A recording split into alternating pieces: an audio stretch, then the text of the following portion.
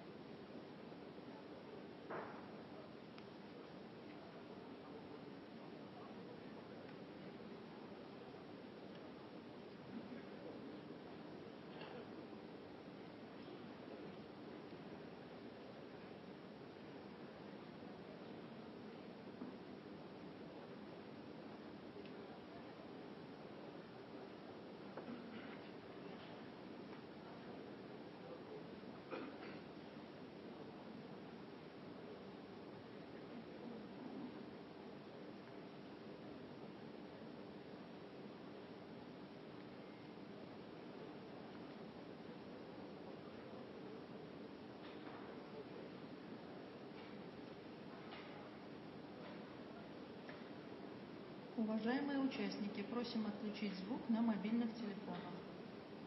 Dear participants, please switch off the sound of your mobile phones.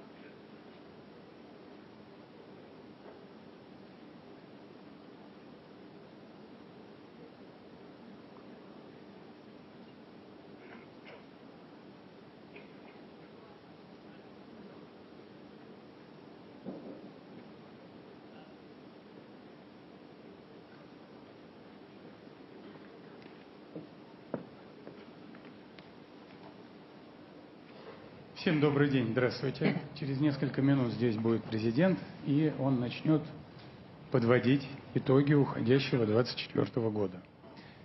2024, which is to conclude soon, will have a hybrid format of the phone-in and the press conference. Please be respectful of your colleagues when I direct a question to a media representative, and please be succinct and clear while asking so the President can answer as many questions as possible. The co-moderators of today's program are Alexandra Suvorova and Dmitry Kulko, who have done a great deal of effort, who have sifted through tens of thousands of questions and petitions from President. They know the public sentiment. They will work with President today, and they will help President outline the topics that are high on the agenda. So please, over to you. A very good morning. We're on air. The outcomes of the year with Vladimir Putin. You could have asked your question in several ways, and you can still do so till the end of the program. Can we keep receiving and processing messages? You can ask by phone 800 240 40. You can send an SMS or an MMS message 04040. You can ask questions via social media of Kontakty or Odnoklasniki, and there's a website moskva-putin.ru. You can also ask a question via that site. Now we have more than 2.2 million questions. 1.2 come from phone calls, 43 SMS messages, and 140 people ask their question on the website. And the number keeps growing, as we see in real time. There are some very curious numbers with respect to this format. Previously, we had a separate phone in, a separate press conference, and this hybrid format has been held for the third time. First of all, it started during COVID, and then it continued in 2023 and 2024. This hybrid format allows both media representatives and common people ask their questions. With respect to statistics, the maximum number of questions in 2015 was 2,250,000 questions. Now the number is lower, but this is probably due to the fact that there are some regional phone-ins, and governors cover part of the regional agenda. It's noteworthy that if we sum up all the time that Mr. President took to respond to questions, there would be more than 64 hours in total. Phone-ins from the regions, we've had them since the outset, since 2001, and today we will have some of them. Over the time span of the phone-in and the press conference, we've seen a lot of activity on the part of people sending questions, letters, and requests, and words of gratitude also. And now it's 19th of December, probably wishes or warm wishes with respect to the forthcoming new year are sent. We have selected some of the questions. Most of them are on welfare and social matters, on the special military operation, and there is a set of international topics also. So we begin.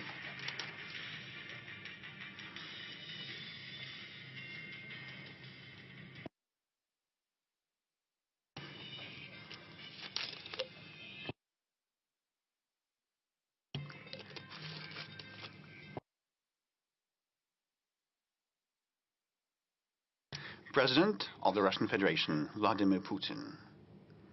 Please welcome.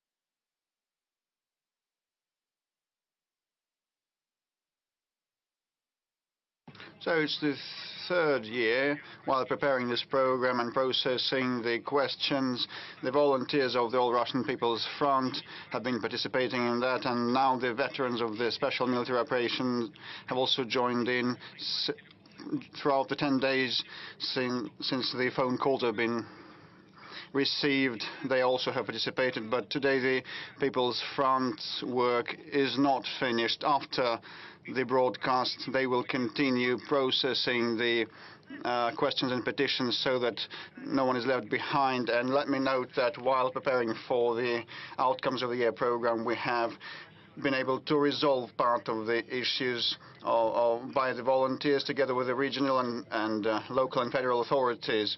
There is one more feature typical of this year, a GigaChat AI software from Sberbank. And you already got to know that, yes.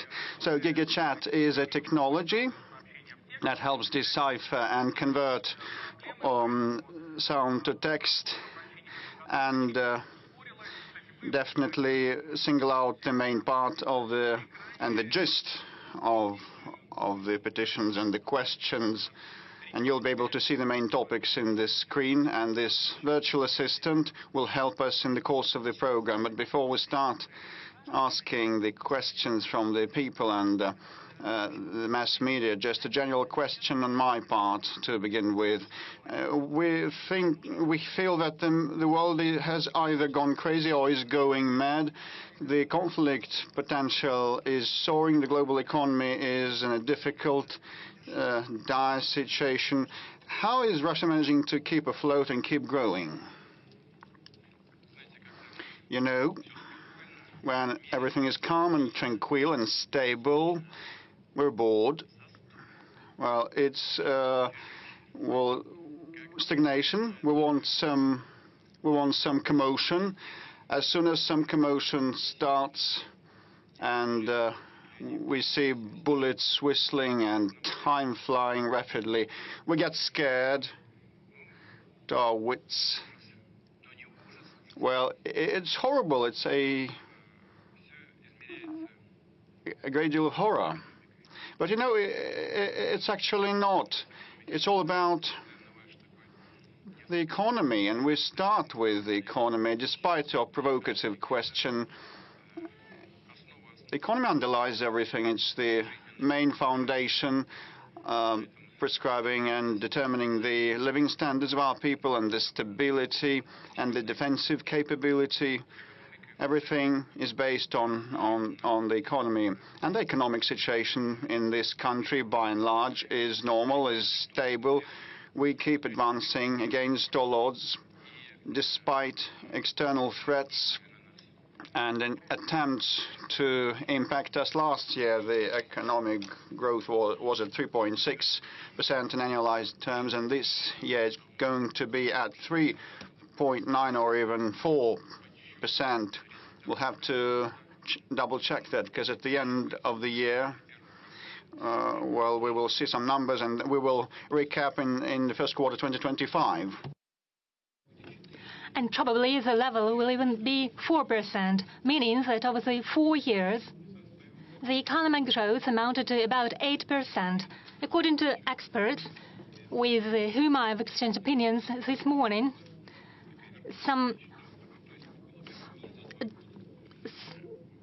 over the past years, the figure is, as I said, it was 5.6% in the US and 0.0% in the EU. In the leading European economy, the economic growth amounts to 0, and it is estimated to be so in the coming year too.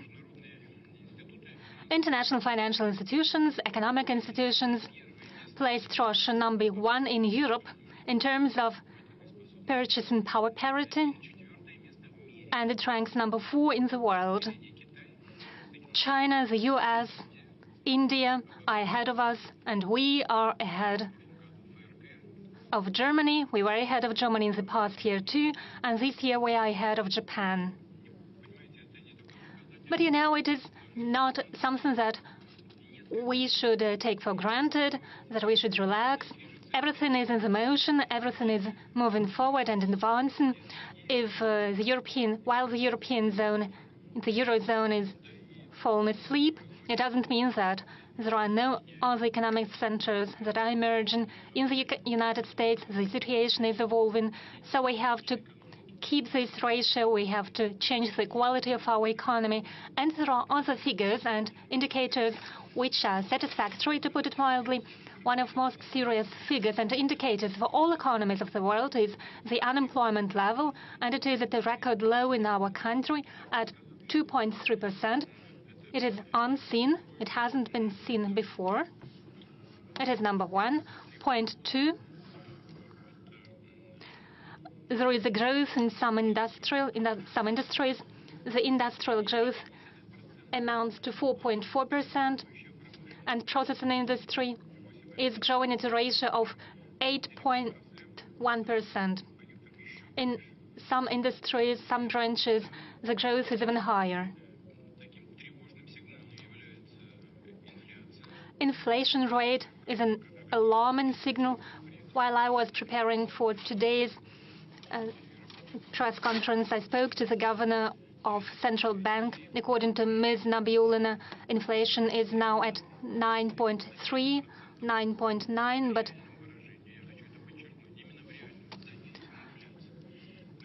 the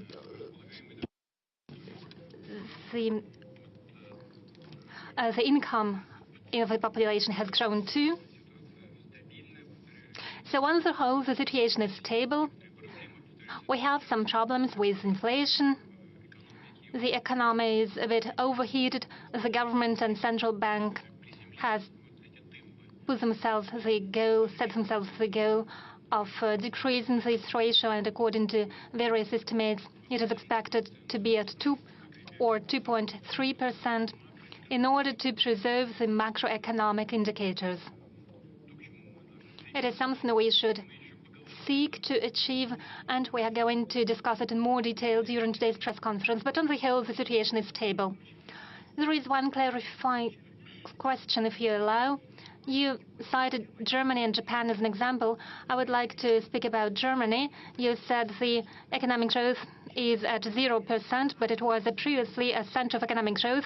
Does it have to do with the politics and the sovereignty? Because recently at the Russia Calling Forum, you said that when you celebrated the Gerhard Schröder's anniversary, all songs were sung in English, and there were no German songs. Yes, they were. It was a long time ago. Mr. Schröder celebrated his anniversary, and he invited me, and I attended. There was a small concert, and everyone sang songs in English, and I said even a choir of girls from Hanover presented songs in English, but there was one troupe that sang songs in German. It was the Cuban Cossack choir. It was unexpected for me. I asked them how they learned this song, and they said, out of respect to the Germans, out of respect to the hosts, we learned this song during our travel, and we presented it in German. Later, I was approached by many guests. I'm telling you how it was. And many people told me, we are ashamed. We are ashamed that only Russian Cossacks sang in German. And I said it to my colleague who was present at that forum. I told him sovereignty is an important thing. It should be deep in your heart. And I believe in the post-war era, the German people no longer feel their sovereignty. Who are Europeans? They are proud of being Europeans. But above all, they are French, German, Italian, Spanish, and only after that they are Europeans. But instead, they try to polish things, and in the end, you see it impacting everything, including economy. I mentioned the economic growth in our country, and largely it is a result of strengthening of our sovereignty that is projected on the economic situation. Many producers lost our market. Where does it bring us? Our industrialists started producing these same products. It necessitated various research, so we involved various institutions, including development institutions. And on the whole, it translated into the strengthening of our technological sovereignty. There might be different sovereignty in the fields of education, industry, military. It is important for our country, and for our country it is of particular importance, because if we lose sovereignty, we lose our statehood. That's crucial. And strengthening the sovereignty is also a result of economic growth. Mr. President, now I suggest that we move on to questions from our citizens. You mentioned the economic growth. Indeed, if we look at the economic figures, they look all right. Most of Russian plants are working tight, but the payments are below the inflation. We have made a rating of regions in which citizens asked most questions about price growth. It was in Kamchatka, in Sakhalinsk region, and in the most western region of our country, in Kaliningrad Oblast. And the price growth was a relevant question in Irkutsk. I will add some more figures. Our GigaChat provides us with some statistics. Most popular questions had to deal with price growths of bread, fish, and butter. They also ask about growing fuel prices, and those are just a few question categories that we have seen. And according to Rosstat, the Russian statistics body, we see that fruit and vegetable prices have grown by 3.4% over the past week. In particular, cucumbers got 10% higher, and the price grew by 43% over the past 10 months since November. Those who are following our work via internet may know that when I spoke about the economic growth, the price growth, and high inflation rate, but apart from that, there is income growth and the growth of salaries. Well, we have a vast country, and some people might say, how can we speak about the welfare growth? But at the same time, some people would say that the income was reduced. But I'm speaking about the average figures. When we plan something, we have to base on something, and we cannot base on anything else but average figures. As for the price growth, there are objective things and subjective things.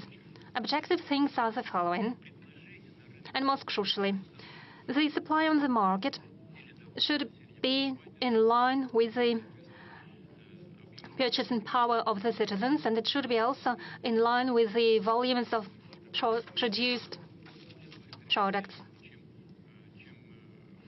But production growth was higher in our country than the income growth. Let me give you an example. Food production is growing constantly in our country. If we have some questions in agriculture, we might go into detail, but I'll tell you already now, plus 3% annually. In terms of meat production, we completely cover our demand. It is a good figure. But why is it so? Meat consumption per year is at about 80 kilos per person, while it is 42 kilos in the world. It is an average in the world. It would seem that it is enough, but at the same time, the meat consumption has doubled over the recent time.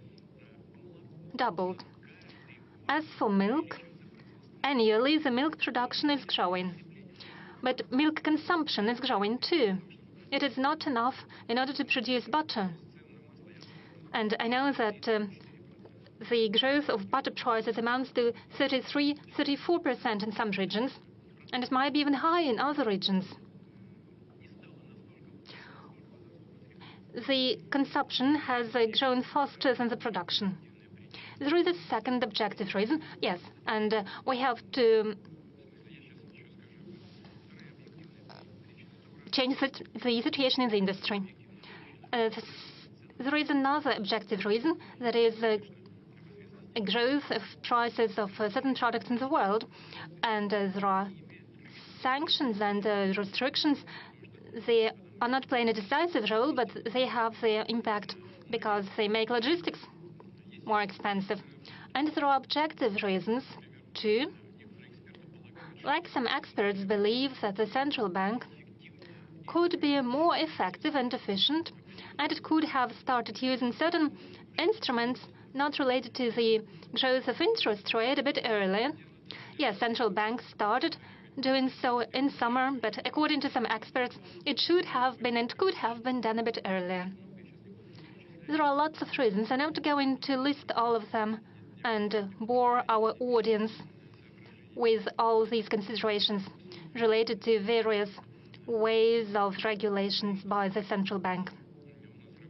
As for the government, it is working efficiently. I'm quite satisfied with its performance, and it is doing a lot. When it looks into the future, we always should look into the future. Even in the hardest and the most severe times of the Great Patriotic War, we know of such examples. People were looking into the future, and it was the right thing to do, as it turned out later. That's what our government is doing. It sets out national development goals, national projects, and so on. That's great. But it would be not bad to work with the industries, to think about the development of certain industries of such products or for which there is a broad demand. Probably there will be questions related to specific industries, and timely decisions have to be taken. It is an unpleasant thing to say, and it is bad. Price growth is something bad. But I hope that on the whole, while preserving the macroeconomic figures, we'll be able to tackle this as well. Mr. President, we have a mixed format today. The direct line is a press conference, and I suggest that we now give the floor, and we see that the audience is willing to ask questions. Yes, indeed.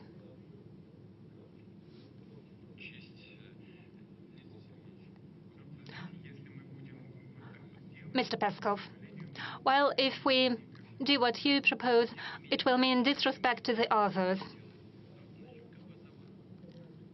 What's your name, please? Alina Hasaeva, 15th region, North Ossetia. In today's realities, the human rights potential is a very important issue in North Caucasus. There are many educational institutions preparing military experts, particularly the North Caucasus Military Institute. It is a legendary institution. 7 alumni are heroes of the Soviet Union. Some of them are heroes of Russia. They continue to perform military tasks of our country. Anatoly Kulikov is one of alumni, and one of the most recent alumni is Sergei Hayrudinov. He became hero of Russia during the special military operation. Is it possible to revive this military institution that is so relevant and so important, not only in the North Caucasus, but in the whole Russia? Thank you, Alina, for this question. This is a very good question. Please don't be cross with Alina. Why? Because North Ossetia has always been at the forefront for Russia in this regard in the Caucasus. And throughout the times, it's proven to be useful in performing this high duty. And we know how the citizens of the Republic treat their motherland and their homeland. They have always defended the motherland. They have always performed this function nobly and with great success. You spoke about the decrease of the number of military vocational institutions. It's not about just closing it down in Ossetia. It's a thing that the network for military colleges in general, as the military specialists and the defense ministry thought it was out of proportion. There was no need for such a number of specialists for such an army as the Russian army, as it used to be. Now we're increasing the army in the numbers as well as a number of other institutions up to 1.5 million people. I cannot say that we will do that tomorrow, but we will work on it. That I can promise. Thank you. Working with the audience, let's go back to the center. Idar Tas, please, you have the floor. The mic, please, to the center. Thank you. Mikhail Petrov, TASS Editor-in-Chief. Before asking the question, Mr. President, I would like to thank you. This year, TASS is celebrating 120 years. We're the oldest information agency of the country. This year, in August, you have signed a decree to award the Order of Honorable Labor to our institution, and I would like to thank you for this. This is a high evaluation of our work. Thank you. As for the question, I think it concerns everyone today, I guess. During the Great Patriotic War, TASS were relaying the information from the front. I think it happened the same way as our guys are now working in a special military operations zone. They're also worried about that. What is your take on the course of the special military operation that's that's been going on for 3 years now. Is the victory any closer now? Naturally, I have expected such questions. There are many of them. As for the incoming questions that were coming in the past days, and moreover, I would like to thank you for this. It gives us a chance to show what we're doing there, what's happening, and what our guys are doing at the line of engagement. You know, the servicemen that whom I talk to regularly, they're giving some souvenirs to me. They're giving me their shoulder patches and so on. There's sometimes weapons as a souvenir. And quite recently, the servicemen of 155th Marine Brigade gave me a copy of the military flag, a banner. And we'd like to ask, can we ask someone to help? Could you please come up here? Yes, yes, please, please. And someone on this side as well. So I have a request for you. Please stand over there, and you over here. And please unfold the banner. On the other way around. The Marines of the Pacific Fleet, I took it with me for a reason. Number one, I wanted to thank the guys for this gift. Second, let's think that this is 155th Marine Brigade. Represents all military banners of our guys fighting right now for Russia, for the motherland, throughout the line of engagement. I have to say that the situation is changing drastically. You know it very well. I just wanted to confirm that. We see movement all along the front line every day. And as I have already said, it's not about moving 100 or 200 or 300 meters ahead. Our military men are regaining the territory by square kilometers every day. That's what I wanted to highlight. Why is it happening? First and foremost, throughout the last year, and this is a classic scenario of military warfare. First, the enemy is going at you, he's being defeated, he incurs losses in personnel and equipment, and then we start moving forward. That's what's happening. Warfare is complicated. Therefore, it's hard to think ahead and to foretell the future. But we are moving forward. And as I said, we're getting closer to solving our primary tasks that we have outlined at the beginning of the special military operation. As for our men and women in uniform, I will continue repeating that, because I have every reason to say that. They're acting as heroes. The capacity of our armed forces are increasing.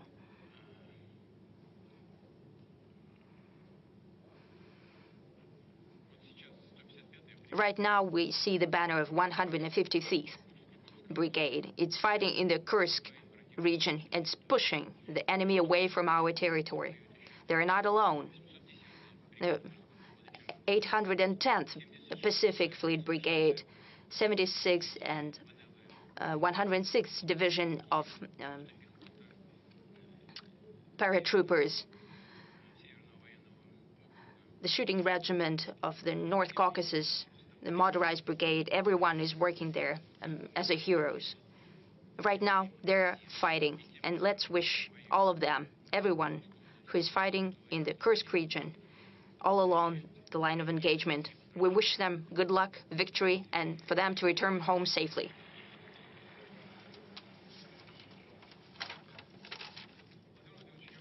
Mr. President, I just came back from the Kursk region.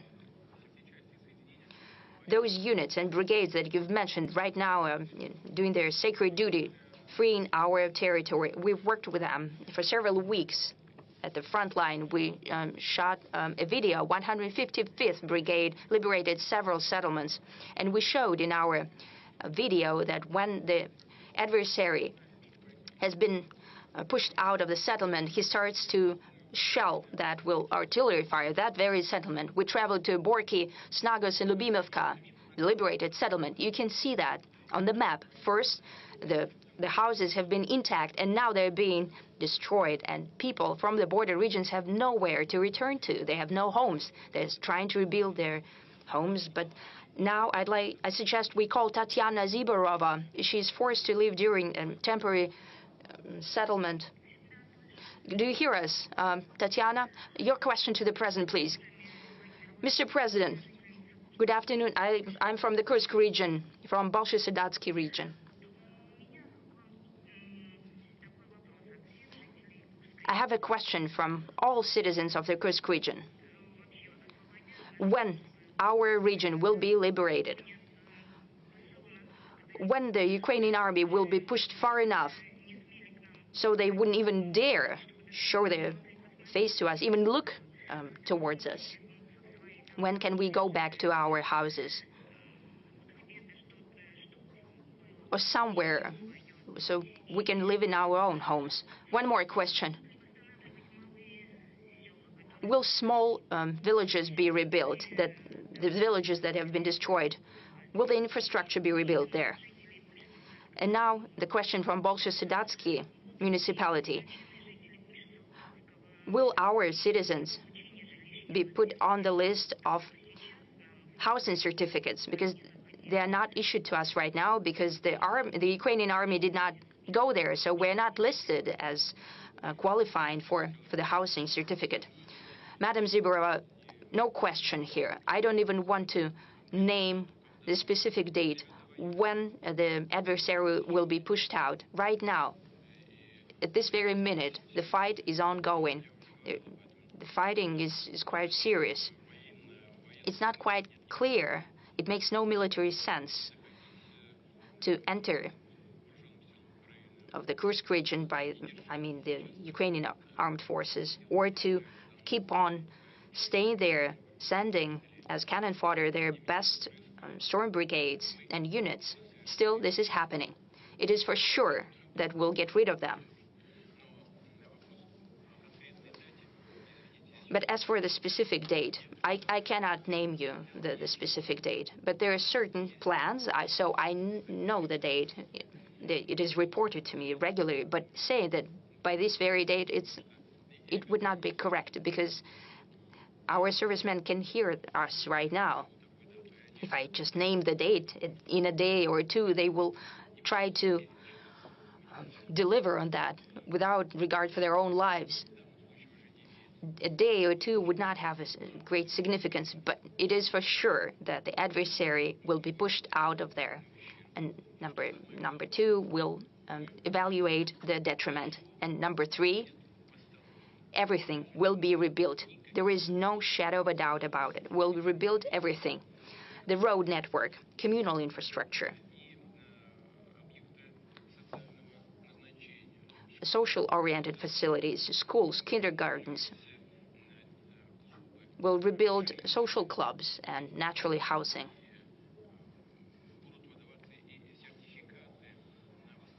We'll provide certificates to rebuild housing. Those who want to move there, will help them out. Right now, we have allocated already, I think, about 108 billion rubles. The first tranche has already been delivered. The administration will be working throughout all of the holidays. They'll be meeting with people and solving the questions also regarding the housing certificates. There is nothing good about what's happening to you. People are suffering, they have losses and tremendous inconveniences, especially with children and so on. But we'll do everything. Please do not doubt, Madam Ziborova. We'll rebuild everything. And everyone who requires housing to be rebuilt, they'll be covered. Everyone will receive everything that they're bound to receive. And I truly expect that the new head of the region who has been appointed to the Kursk region. He's an experienced person who knows how to work with people directly. That's why I appointed him there. He's been working at the State Duma for quite a while. He knows how to work with voters. He's good at it, and I'm sure that it will happen. He will work individually, case by case. Mr. President, our servicemen who right now are liberating the Kursk region do not have a status of the participant of the special military operation. Why?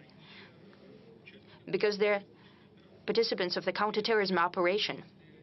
It has an impact on the payments that they receive. We received several appeals, mainly by the wives of the servicemen.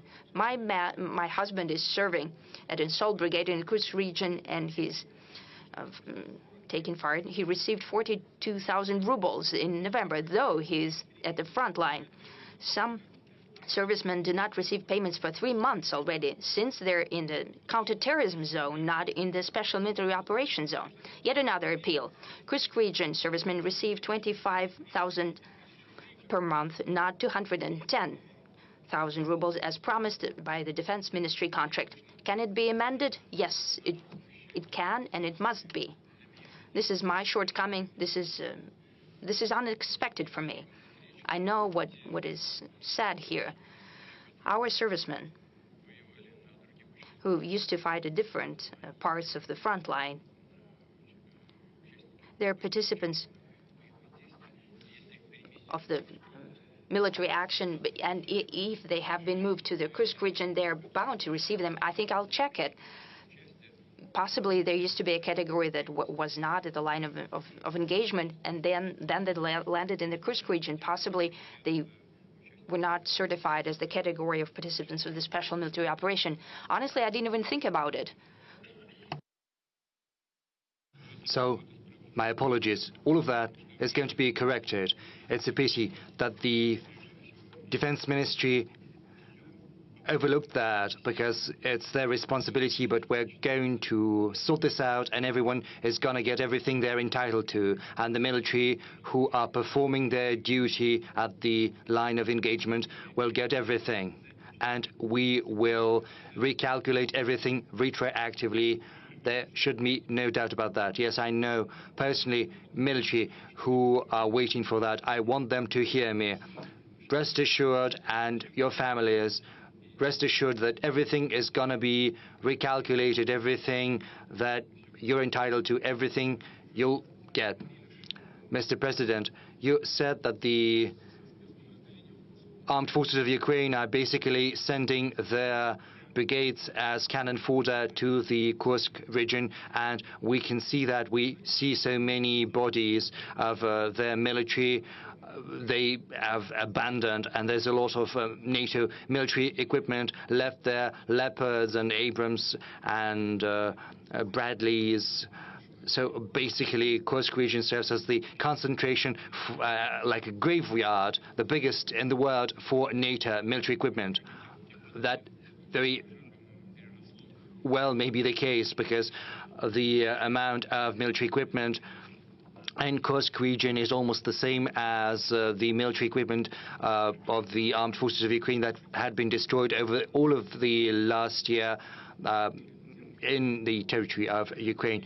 So I would also like to ask you whether they will get reward for the military equipment that they have managed to destroy. Are there any problems with that? Well, yes, the situation is grave. Yes, I know that the Defense Ministry is listening to this press conference. Everything is going to be done, and no one should have any doubt as to that.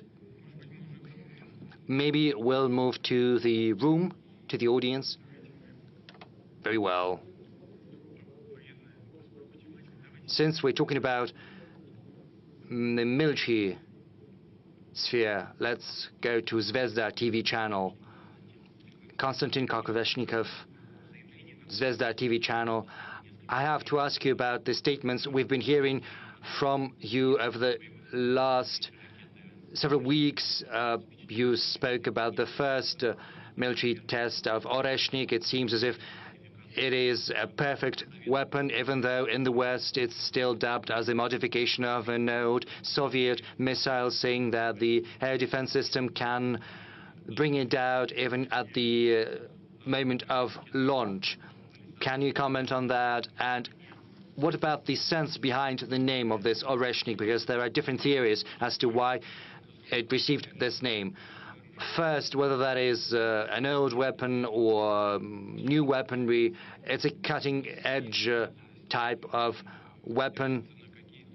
Of course, anything that is being done anywhere is based upon previous achievements, and then we make a step forward. And the same thing applies to Oreshnik. Yes, there were certain developments in the past, some of them dating back to the new Russian history, and based on that groundwork, our researchers and scientists have been thinking what else they can do. They talked to the client, namely the defense ministry, and it was even brought up to my level, and I weighed in on the final decision on whether this new missile has to be produced and in what volume. This is new weaponry, short range and intermediate range missile. You said that several experts in the West believe that it can be easily intercepted and destroyed, especially at the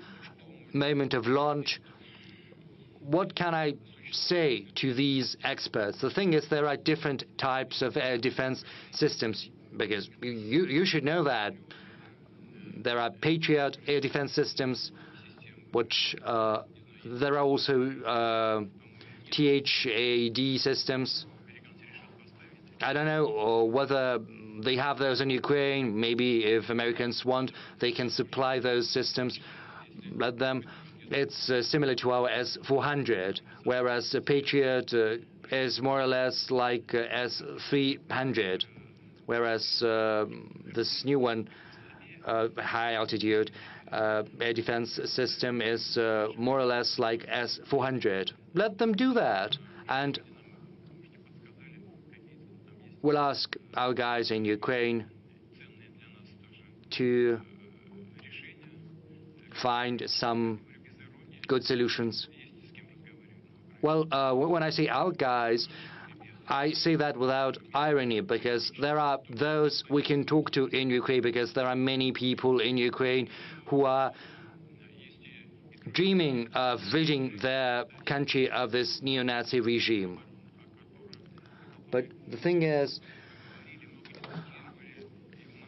THAAD is basically an anti-missile system, and for many years before we had been asking the Americans not to deploy those systems, otherwise we would have to find systems that would allow us to penetrate those systems. You know, we had to come up with the Vanguard system, which is kind of a cruise missile which follows the landscape without going too high.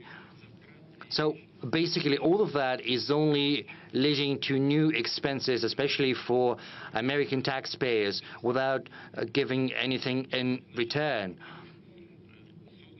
That said, this system has been developed and deployed. There are 2 positions in Romania and in Poland, and there are 24 anti-missiles deployed there. I think they're called Standard 3. In Romania, it's the 1B modification with a 300-kilometer range, and it can intercept missiles at 80 to 250 kilometers of altitude. In Poland, there is a newer modification.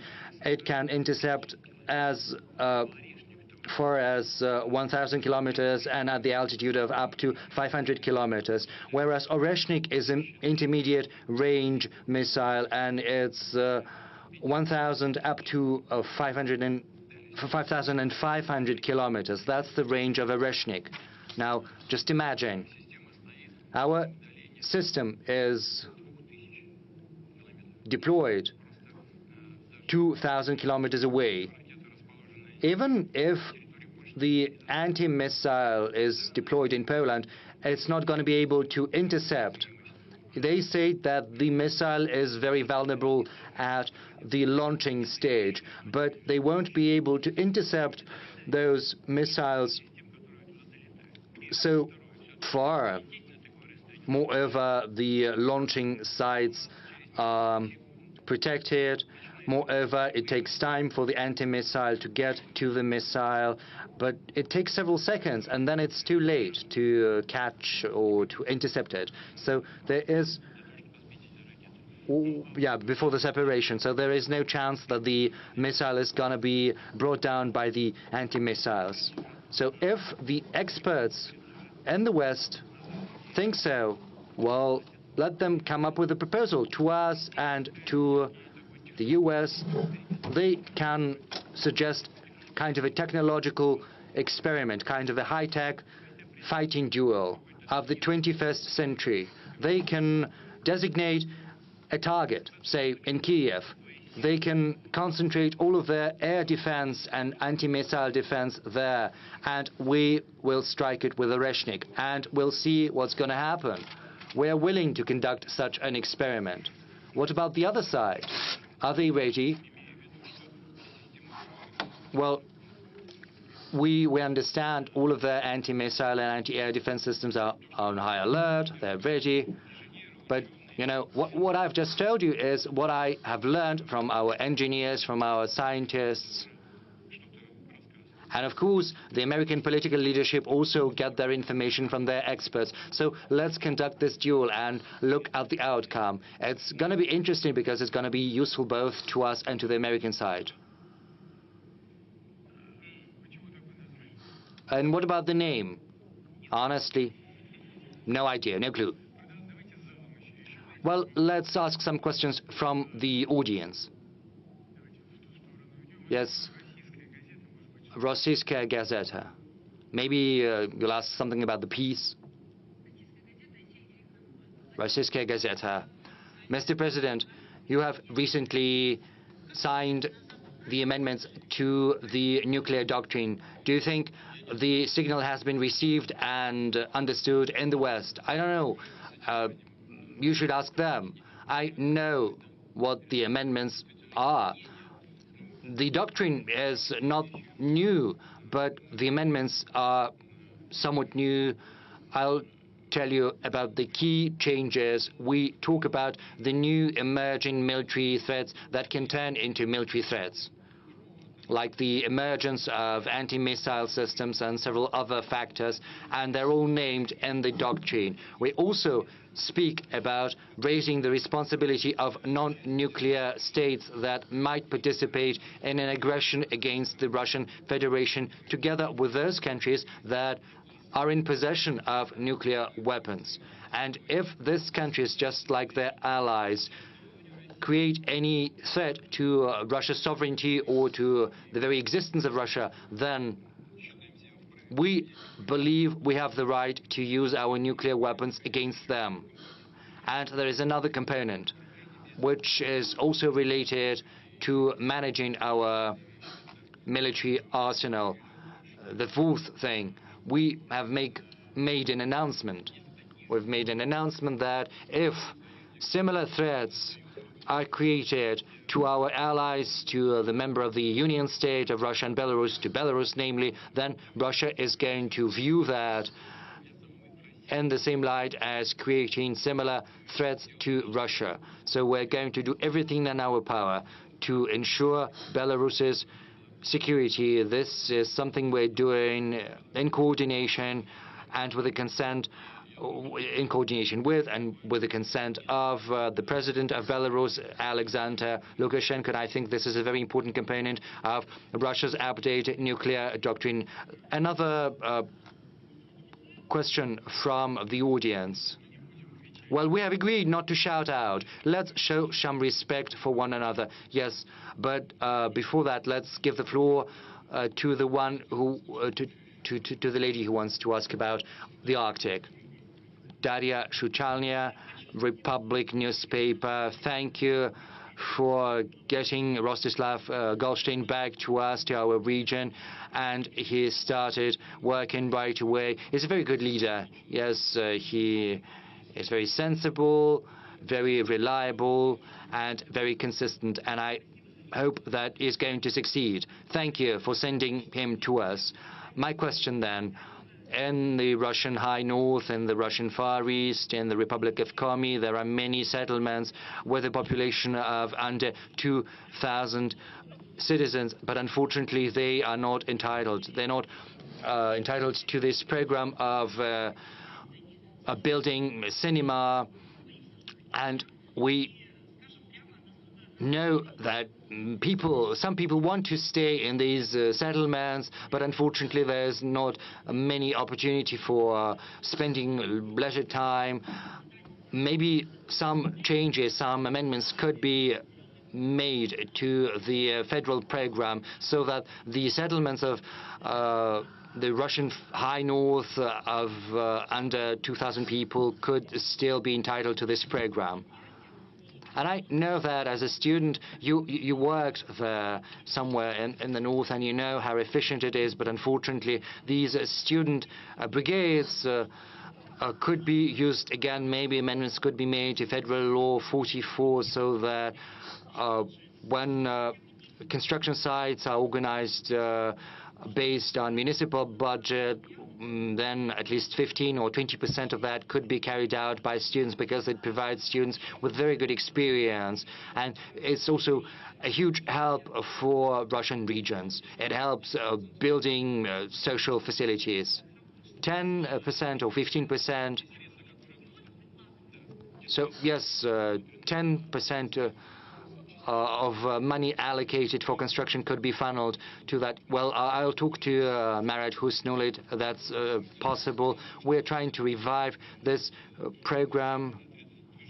I think this very movement has been revived right now, and this funding mechanism could be used. It's already in use, but I'll check it and I'll talk to Mr. Husnulit. Thank you. Yes, gyms and cinemas, yes, that's great. You know, it's quite unaccepted. With respect to the Arctic zone, first of all, we have the preferential rate for mortgage at 2%, as well as in the Far East. The mortgage interest rate is at 2%. It's beneficial, and people have been using that. And for new territories, we also have this rate at 2% for mortgage lending. Besides, in that zone, we have an entire brand new program for small towns with 25 citizen towns participating. Well, if it's about numerically small settlements, they may not become part of that program of 25 cities, and we will try to figure out what we can do additionally for those small settlements in the Arctic zone, because most of them have a few residents, but we actually assumed that broadband internet was the main need. But you know, when it comes to movie theaters and movie hall, the atmosphere is different, and now we have lots of Russian patriotic high-quality films and movies. Yes, it's a separate topic to cover, and many of the film manufacturers and producers have left us, which prompts us to boost our own cinema production, and giving this rise in society, enthusiasm in society that we are now having. All our historical tales need to be promoted, and I often watch those with my junior family members, and we'll try to respond that positively. Okay, dear friends, when you ask 2 questions in a row, you deprive some of your colleagues the opportunity to ask a question. Let's go that way. Let's move that way. Well, let's see, Krasnoyarsk, probably, the city of Krasnoyarsk. Good day, Yenisei channel, Dmitry Novikov, Krasnoyarsk. Mr. President, you have called Krasnoyarsk to be the center of Russia. Now we are getting ready. Just apologize for interrupting. It wasn't me who called. It's the geographic center of Russia, Krasnoyarsk. And we're getting ready to mark our 400th anniversary in 2028. And using the opportunity, would like to invite you to visit the anniversary. But my question is, now Rus Hydro headquarters is moving to Krasnoyarsk at your behest, and probably it will be coherent to prompt other state-run and private companies to move to the region, which would give new tax revenues and opportunities.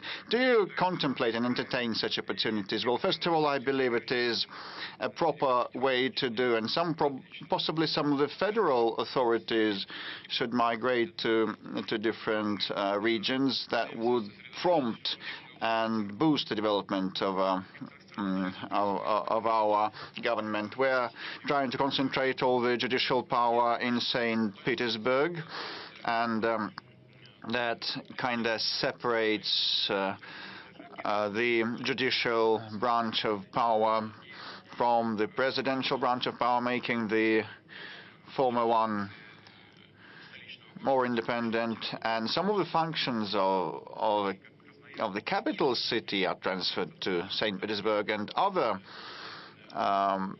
big centers of our country like Krasnoyarsk also need more attention, having more revenue and companies paying taxes on site, and that would encourage the region's development. And you have mentioned Rus Hydro.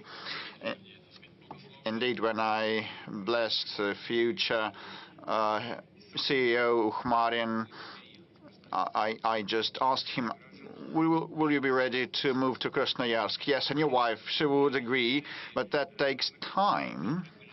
You know, one needs to move the manpower there, and people don't want to leave Moscow, not because they're lazy, but, you know, they are ingrained in Moscow with schools and kindergartens, and you need to train staff on the ground, and still Rus Hydro will be moving, and we will prompt more big companies and governmental bodies to move to other parts of Russia. We have the biggest land mass in the world, and major manufacturing companies should be spread evenly across the country, as well as governmental bodies. But, you know, there are some limitations, like president and the government should be next to each other to interact properly.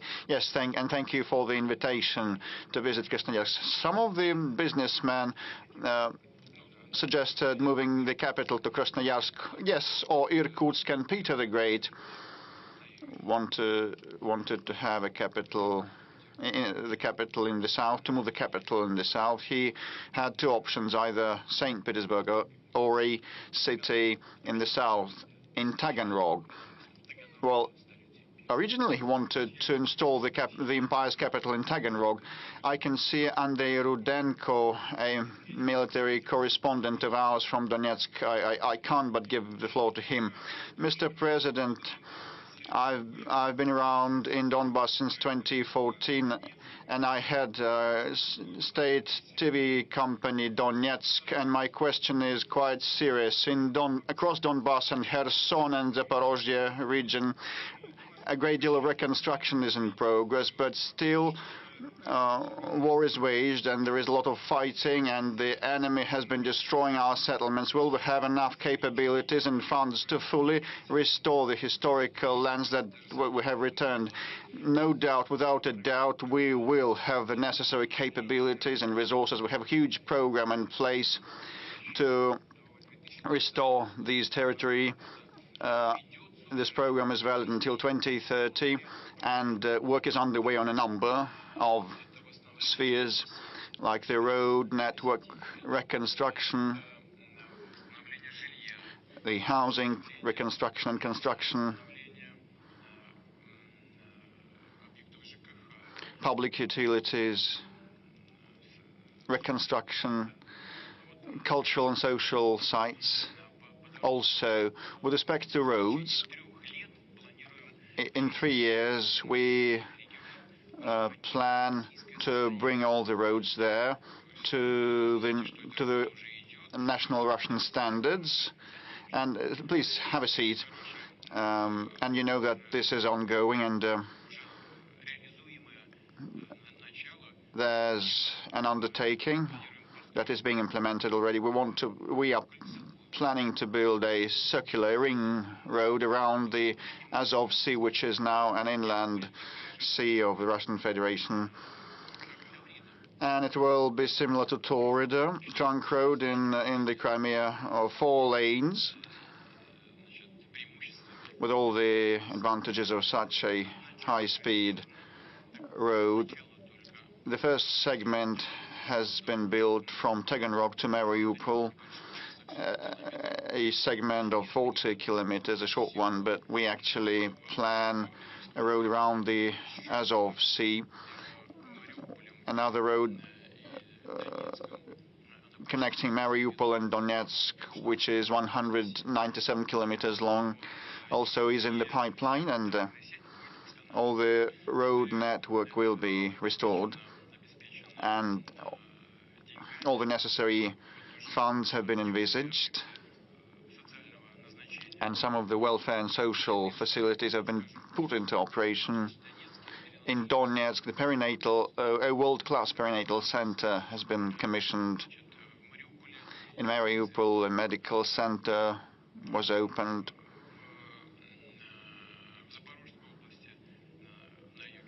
In the south, in the Zaporozhye region, a children's clinical hospital is planned. It was the behest of the local residents, and the governor also supported that, and the design is already launched. And so have a lot of work planned till 2030. And now we have already reconstructed 21,000 facilities. 11,000 facilities were reconstructed with the help of the federal funds, and 10,000 installations were done with the funding of the patron regions from across the Russian Federation. And I'd like to thank in the leadership and the residents of those patron regions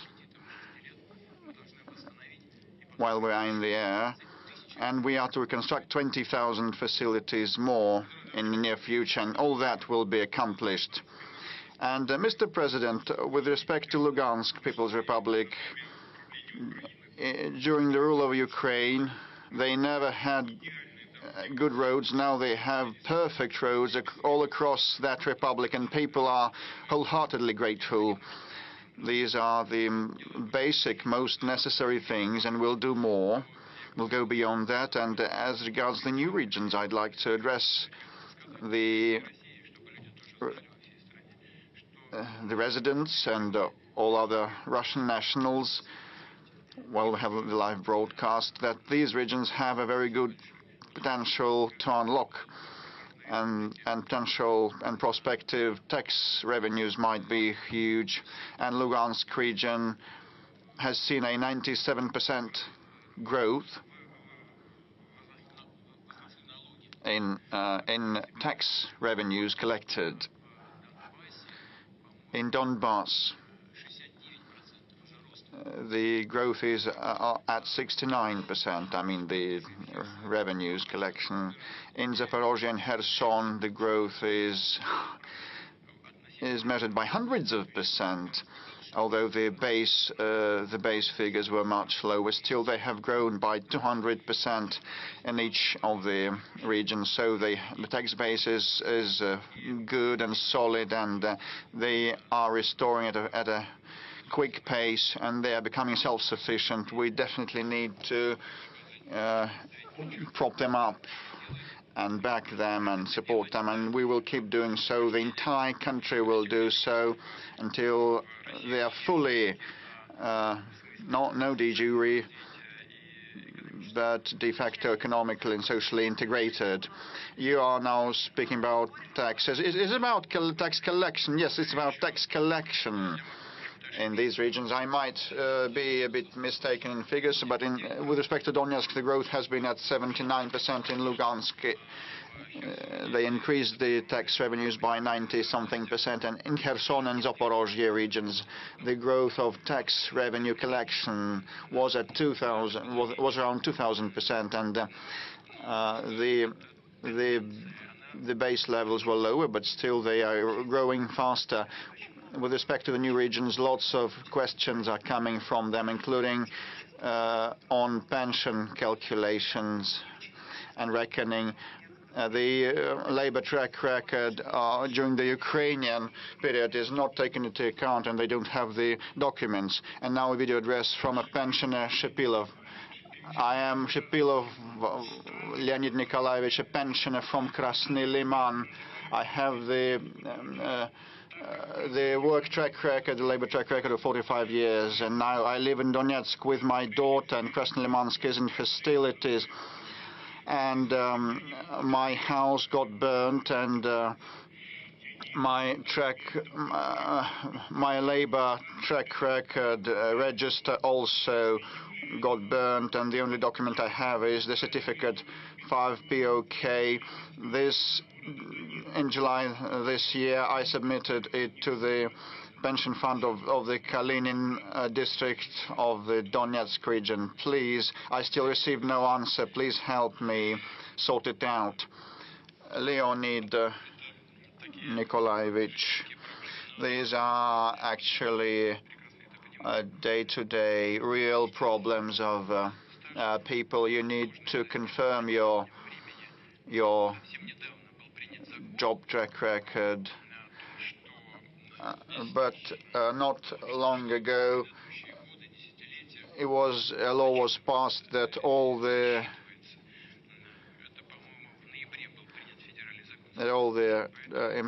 time in employment,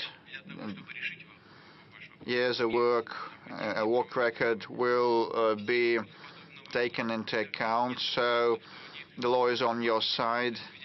Even if you have no documents at hand, witnesses may come in handy, as well as the decisions by regional commissions also may be made. And I'd like to ask the authorities of the region to assist resolving such a question, such issues without any red tape. Not long ago, I talked with Mr. Pushilin, head of the People's Republic of Donetsk, and he told me how he received a delegation from Africa, and we were happy to receive our guests and friends, and he's going to go to Africa also, which is good. We have to support the relations, but I would like to remind you that there is also Leonid Nikolaevich, whom you need to involve as well. And I hope that intergovernmental commissions, or inter-regional commissions, inter-agency commissions will be operating efficiently. Again, there is now a federal law that was adopted a short time ago. There are lots of addresses about laws, documents. It's not about pensions, also about education and rights for property. But I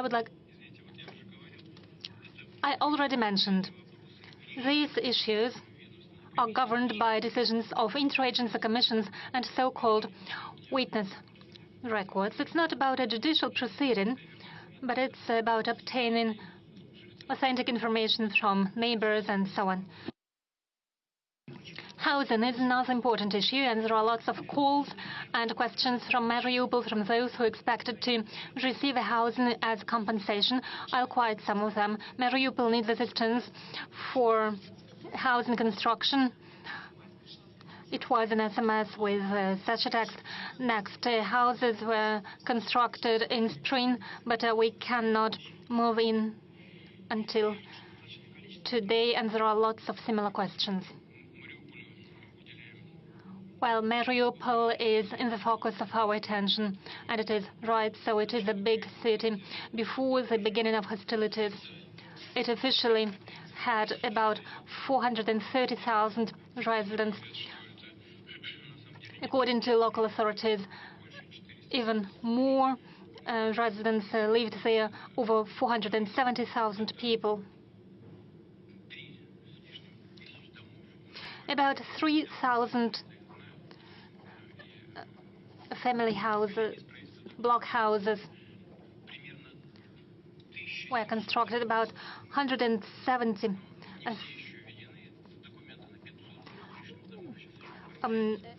about 1,700 houses were destroyed, but the reconstruction is on the way. New houses are constructed too. Those that cannot be reconstructed were demolished, and this land was given to the developers, the construction companies, and there is a mortgage program of 2%, which can be applied to those new houses. So there is a construction boom of a sort in these territories. In Mariupol, for example, according to our estimates, about 300,000 people have returned to their homes, and the population is growing at a high ratio. Roads, schools, social infrastructure is in the focus of our attention. There is a medical center that was constructed recently. We deal with educational institutions and will continue to do so in the future. But as for housing, I'll reiterate. There are houses that were handed over to developers, but citizens, the residents, have the right to receive a housing at least close to the neighborhood they used to live before. If a new block house was constructed by a developer in this neighborhood, the person should receive an apartment close to the neighborhood where he or she was living. There are about 5,000 unattended apartments in the house, and they have to be redistributed among the citizens. Of course, some people are returning, but we have to regulate it and resolve these issues. But I can say for sure, all those who are entitled for compensation, all of them will receive it. If it's not the case, please appeal to regional authorities. There are centers for decision-making. They were established, if I'm not mistaken, it is located in Maratha Street.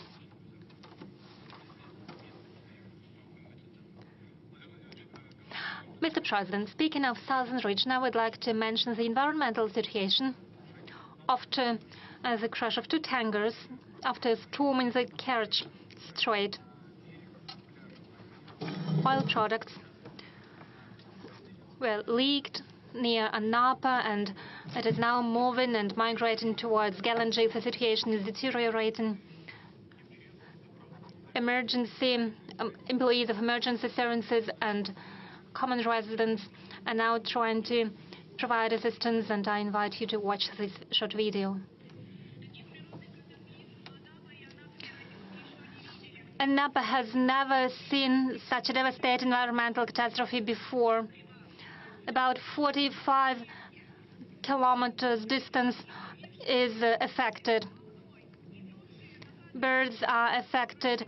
There are new and new waves bringing oil products again and again. It all has affected the sand and the resorts of our region. We cannot improve the situation alone.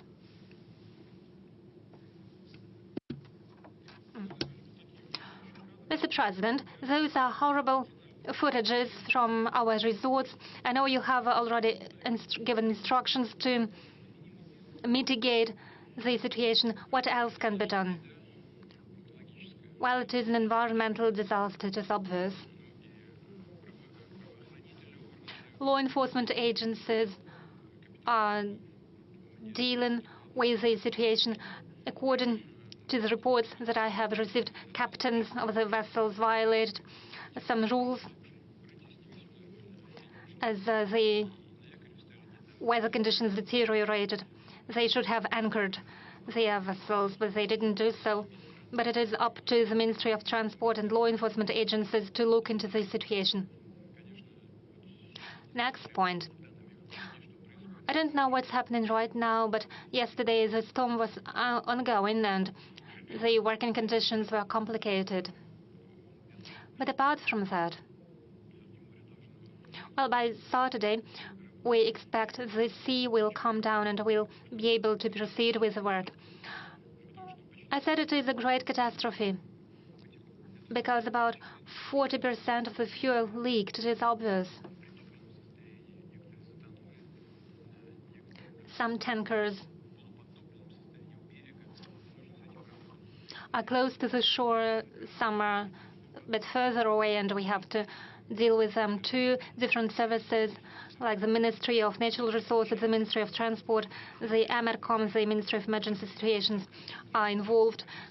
These works should be coordinated. I instruct the government to organize a working group. It is headed by Mr. Savelyev, Vice President in charge for transport issues, and all services are involved. Regularly, I receive reports with updates. We have to look into the situation. We'll have to assess the condition of the tankers, and we'll have to think of what to do with them in the next future. This problem should be, the works have to be conducted on several stages. First, we have to localize the leaked fuel. At the next stage, we need to remove the fuel that we see on the shore. Yesterday, Governor Kondratiev told me he established a group of about 4,000 people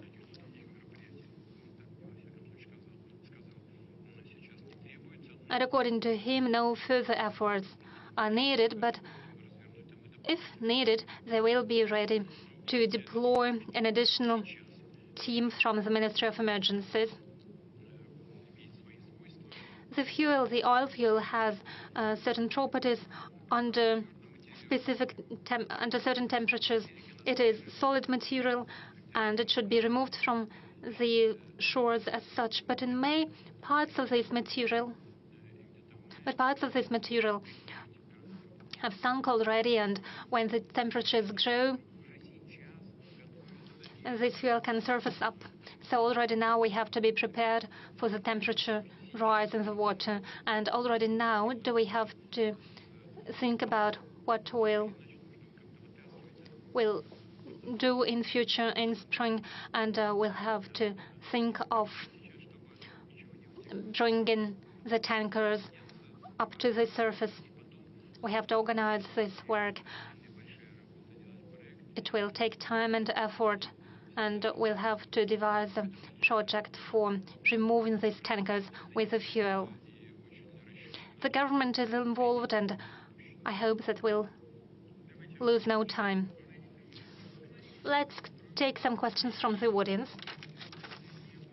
Mr. President, if you don't mind, I see you as journalist, you have the floor, please. NBC. Just in the middle of this sector.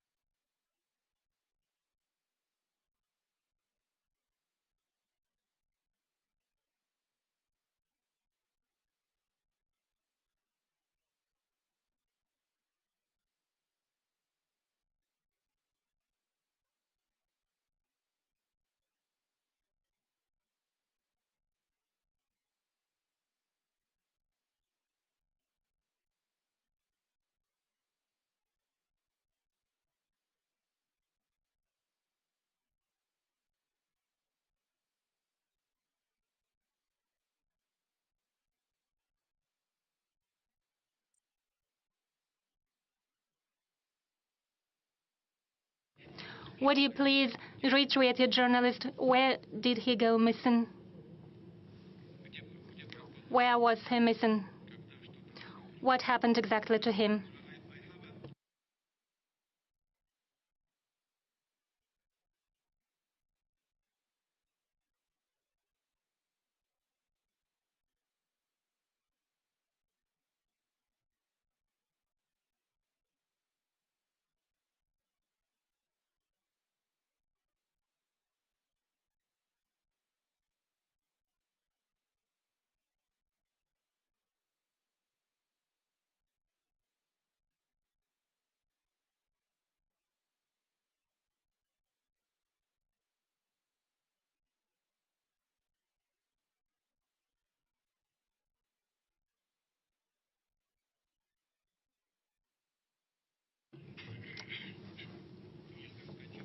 I see. Please take your seat. Well, frankly speaking, I haven't seen President Assad yet, after he came to Moscow. But I plan to do so, and I will have a conversation with him. We are adults, we understand. 12 years ago, a person went missing in Syria 12 years ago. We understand what situation was in place 12 years ago. Active hostilities were ongoing from both parts, from both sides. Does President Assad himself know what happened to that US citizen, to the journalist who performed his journalist duties in the combat area? But nonetheless, I do promise that I will ask this question to him. We can ask the same question to those people who are controlling the situation on the ground in Syria today. You asked what we can offer, or I can offer, to the President-elect Trump when we meet. I do not know when we are going to meet, because he does not speak about that. I haven't spoken to him for more than 4 years now. I am prepared for that conversation at any time. I will be prepared to hold a meeting as well, if he so desires. You said that this conversation will take place where I'll be in a weakened state. Dear colleague, well, I'm saying dear and distinguished colleague, because though despite all persecutions of our media, Russian media, you are allowed to work here freely. Isn't that good already? To you and to the people who pay your salary in the United States, we'd really like for Russia to be in a weakened state. I'm of a different opinion. I think that Russia became much stronger over the past 2 or 3 years. Why? Because we are becoming a truly sovereign country. We are largely independent of any country. We're prepared to stand our own in terms of economy. As for the economic growth rate, I have already spoken. We're strengthening our defense capacity. Our combat readiness of the armed forces today, and I'm speaking very confidently here, is at the highest, is ranked the highest in the world. The same applies to our defense industry. We're increasing the production of everything that's necessary for the army and the fleet, both for today and for tomorrow. We're doing that very confidently, actively. The same cannot be said about our adversaries. We already spoke about the success of our armed forces. This happens largely due to the increase in production of defense industry, the output of defense industry of Russia. As I have said, we're doing that confidently and in a streamlined fashion. I spoke about the movement forward of our army at the line of engagement. How is this achieved? It is achieved by the presence of equipment that I have already mentioned. Yes, indeed, almost all of NATO countries are fighting against us. We spoke about our inflation rate, but what's happening over there? One shell of 155 millimeters. It used to cost, a year ago, about 2,000 euros. Now it costs 8,000 euros. The price has increased fourfold. If the hostilities continue at the same tempo, not only 2% of the budget for defense, which was always done at the insistence of the President-elect Trump, will be enough for NATO countries. Even 3% won't be enough. The training, combat readiness, the morale of the Russian army is at such point right now that is unparalleled by any army in the world. Therefore, I believe that to a great extent, Russia today is in such a state that we have been trying to achieve. It has become stronger. It has become a truly sovereign country. And will make decisions without taking anyone's opinion into account, will follow only our national interests. You mentioned Syria. Well, you and those who pay your salary would like to present everything that's happening in Syria as a shortcoming or a defeat of Russia. I'd like to assure you that is not so. And I'll tell you why. We have come to Syria 10 years ago. So in order to prevent the creation of a terroristic enclave, the likes of which we have seen in the other countries, for example, in Afghanistan, in general, we have achieved our goal. Even those groups that used to fight with the Assad regime, with the governmental forces, they have evolved as well. It is for a reason that today many European countries and the United States would like to establish relations with them. If they are a terrorist organization, how come you're trying to do that? Then that means that they have changed. That means that to a certain extent, our goal has been achieved.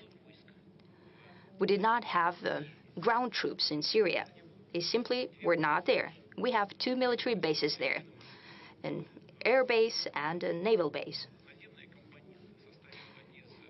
The ground operation consisted of the troops of the Syria itself and of some, and it's an open secret, of certain pro-Iranian paramilitary forces. We have returned the troops of the Special Operation Forces. We have withdrawn them from there. But what was happening at the time? When the groups of armed opposition came close to Aleppo, Aleppo was defended by about 30,000 people. 350 fighters entered the city. The governmental troops, as well as so-called pro-Iranian units, have left the city without fighting. They've blown up their positions and just left. The same happened with some exemptions. There were some hostilities there, but the same happened all around Syria.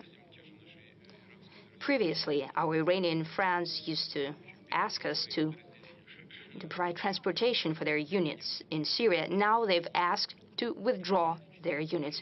We have transported out 4,000 Iranian fighters to Tehran from Khmeimim base. A part of so-called pro-Iranian units left without fighting to Lebanon, part of them to Iraq. Today, the situation is quite complicated if we're talking about Syria. We expect and hope that the peace and calm will come there. We have established relations with all groups that control the situation on the ground and with all countries in the region. And the majority of them are telling us that they have an interest for our military bases in Syria to remain in place. We need to think about it because we need to decide for ourselves What will be the relations, our relations, with those forces that are controlling the situation right now and who are going to control it in the future? Our interests should coincide. If we are to stay there, we must be doing something in the interest of the side who's doing there. What would be such interest? What could we do for them? This is a question that requires accurate and painstaking working through. But now, even now, we can do something using these bases as well. And we have proposed that to our partners already. Those partners who are on the territory of Syria and in the neighboring countries. We have proposed that we can use the air base of Khmeimim to deliver humanitarian aid to Syria. This was accepted with an understanding and with a desire to organize this joint work. The same applies to the Tartus naval base. Whoever would like to present Russia as weakened, and as you're an American, I would like to remind you of a well-known writer and a person who said at a certain time, "The rumors of my death are much exaggerated."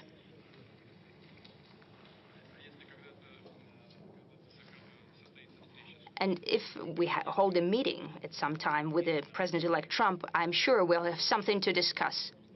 Mr. President, one more question about the death, the assassination of General Kirillov. Yes, the assassination of the general. You said that an attempt at assassination, and I am thankful to you for this, because you have acknowledged indirectly that this is a terrorist attack. Why? Because this is a murder committed by means that are dangerous to others.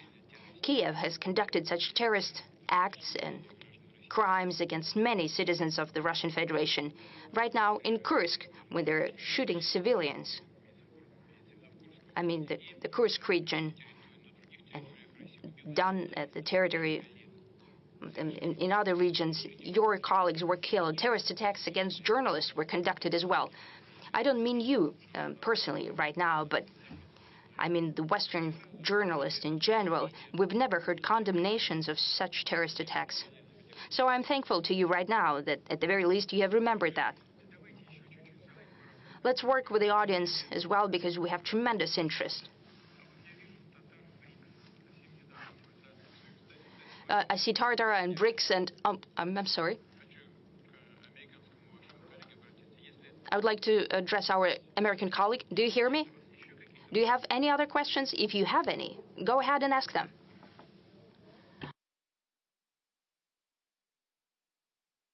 Are we going back to Kazan or not?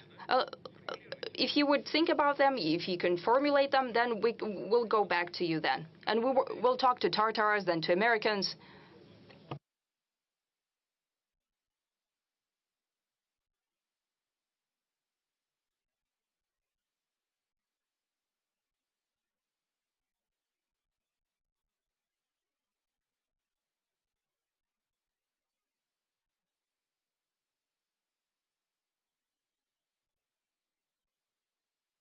Yes, sorry that I've missed this part of your question. This is a very important part of your question. The politics is the art of compromise, and we have always said that we're prepared for negotiations and compromises. But the other side, the adversary, has refused to hold negotiations.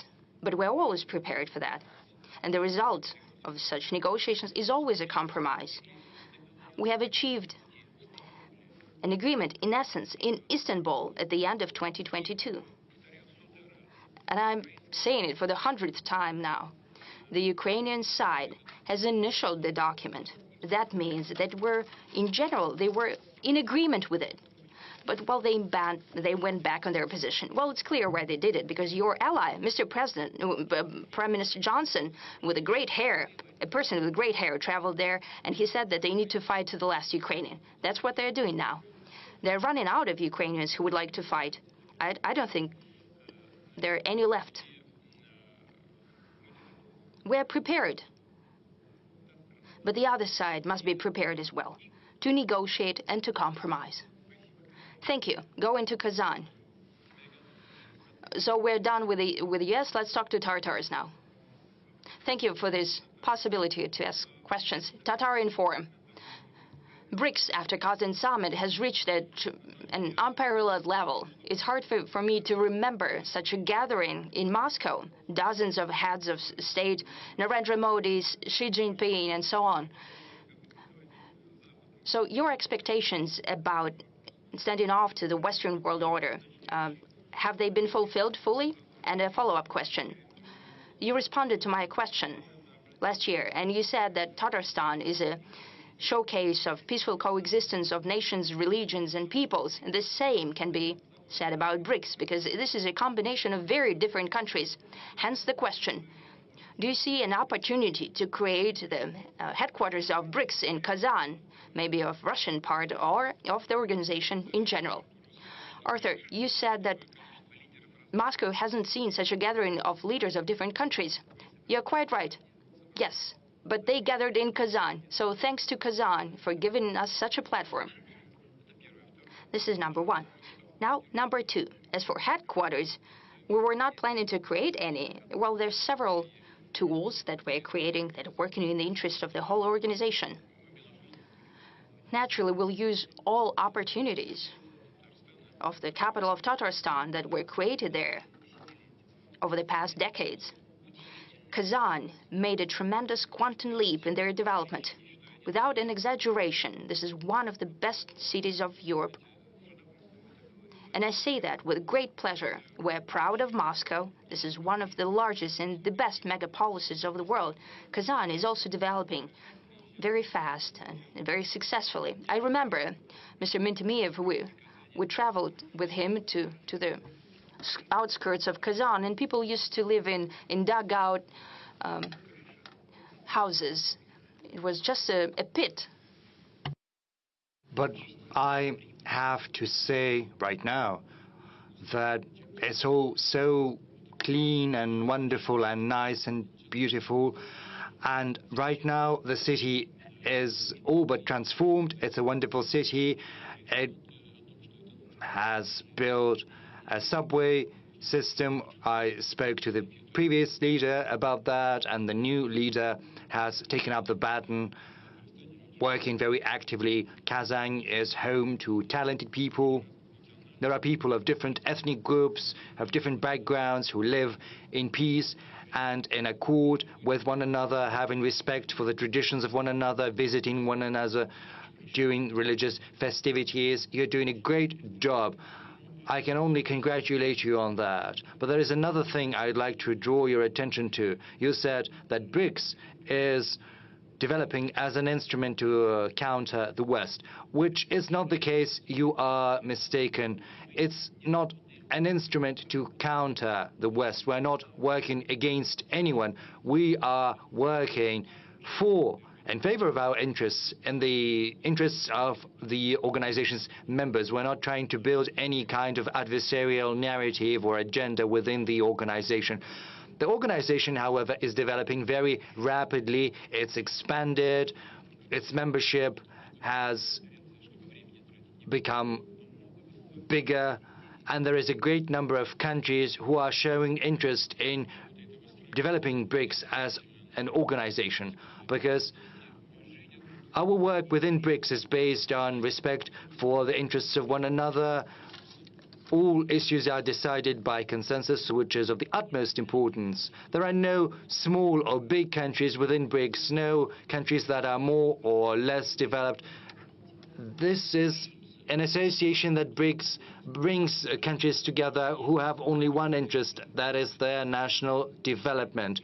We are using the existing tools and creating new ones to achieve better economic growth, to reconfigure our economic structure to make sure that BRICS is at the helm of this forward movement. And we'll do everything now to make sure that it stays so in future. Let's give our colleagues within the audience a chance to ask their questions. I see a new media. It's very popular, even though it's unconventional. It's called Readovka, Maxim Dolgov Readovka edition. Mr. President, for many countries of the world, The issue of aging and depopulation is a burning issue. Russia has not been spared this fate. Many measures have been put into practice in order to boost our birth rates.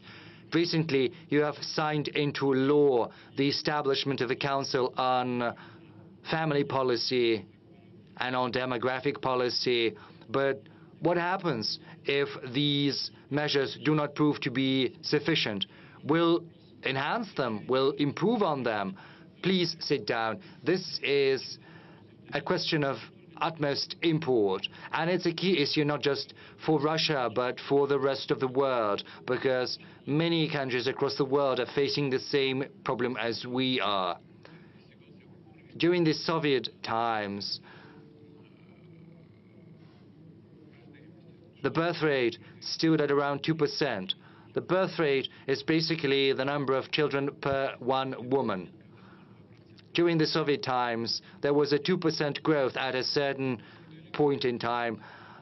Sometime in the past, several years ago, we managed to reach 1.7% or so, but unfortunately right now it stands at 1.44%, which is very little. But unfortunately, many other countries are facing the same problem. Neighboring countries like Finland, I think it's even less. In Norway, it's the same. In Spain, the birth rate is even lower than that, and many other countries are facing birth rates lower than that. Even though some countries, developed countries like Japan or South Korea, have very low birth rates, it's 0.7% in South Korea. So we are in a better position somewhat. But in order to make sure our population is replenished, we have to raise it to 2.1%. And in order to make sure that our population keeps growing, we have to secure a 2.3% birth rate. I spoke at length about what had been happening in the previous decades. We had a trough during the Second World War in 43, 44, and then after the collapse of the Soviet Union, we had a similar plunge in the birth rates. I'll spend 2 minutes to speak about that. So when a small generation reaches the age of giving birth to children, it also gives birth to children to a smaller generation. And unfortunately, these trends in Russia have overlapped. The trough after the Second World War, and then the plunge at the top after the disintegration of the Soviet Union. So it's kind of a sign line. And unfortunately, we had a 30% plunge of women who are capable of giving birth, who are in this age. And we need more girls, more women. What are we doing to rectify this situation? We have put forth a whole program dedicated to this issue. We are improving the instruments, enhancing them all the time, year in, year out. There are certain tweaks and changes. We have the allowance to families with children, which is an efficient instrument. We are paying this allowance starting from the pregnancy, and by the time the children reach the age of majority, that is 18 years, and more than 10 million children are getting this allowance, and around 320,000 pregnant women. Secondly, we have a unique instrument we have come up with, which is unique in the world. That is the maternity capital, which we are always refunding and rebuilding. We're also keeping the instrument of family mortgage at 6%. We will talk about mortgage, I think, later. We'll talk about construction, but this family mortgage is a family we are keeping active. We are also paying 450,000 rubles to every family with a third child to make sure they are capable of paying back that mortgage. We're also improving everything, healthcare that is related to, and education that is related to maternity, to childhood, and we're also going to continue doing that. I'll take this opportunity to address all the leaders of the Russian regions. This is where you should start in the morning and finish in the evening, because it's a challenge for many countries across the world and for Russia in particular, because the people, population is the backbone of a country. Territory is good, but it has to be populated with citizens. Though I think we're doing a lot, but apparently it's not sufficient. And we can say that we're doing some useful things, but we will only have succeeded once we have reached the objectives that I've just enumerated. Actually, we're getting many messages from families with many children. There is this problem. There is this single allowance. But once the mean salary is superior to the minimum level established at the region, then they're not getting that allowance, and unfortunately, even if the discrepancy is very small, they're not getting the money. We are giving the floor to Anna from Surgut. She's got 5 children. Anna, over to you. Hello, Mr. President. My name is Anna Alikova. I was born in Surgut. I live in Surgut in Hanti-Mansi Autonomous District. I've got 5 children. One of them has a disability. Starting from July 2023, I've been applying for an allowance every month, but I'm denied that allowance because my salary is a little more than the minimum wage. Once it was 400 rubles. So when I get a pension for the child who has a disability, is that considered as part of my revenue? Why is it taken into account? You know, my spouse is getting an official salary, and when they take into account all of my revenue, they are calculating that based on our revenue before tax. But the thing is, we're paying taxes, so we're getting less money than what they are calculating. And another problem, the thing is, we have to go on vacation somewhere, just as any other family. But just the day before yesterday, we looked at the tickets. A one-way ticket costs 140,000 rubles or so per one person. So what can we do about that? Anna, you've got 5 children, right? My congratulations. That's great. You're a happy person. That's for sure. And many people in our audience should congratulate you and should also emulate you and your family. Secondly, the thing is, when the income is calculated, they take into account everything based on your income the previous year. Because, you know, I've just cited our figures for the economic growth, but the thing is, this is just conjecture, so they can only do that based on your income the previous year. We could think about that. I'll ask Tatiana Golikova as well as our Ministry of Labor and Social Security, but this is not the most important thing. The thing is, there are other reasons that might explain the problem that you are facing when your income is a little bit more than your minimum wage. And once there is this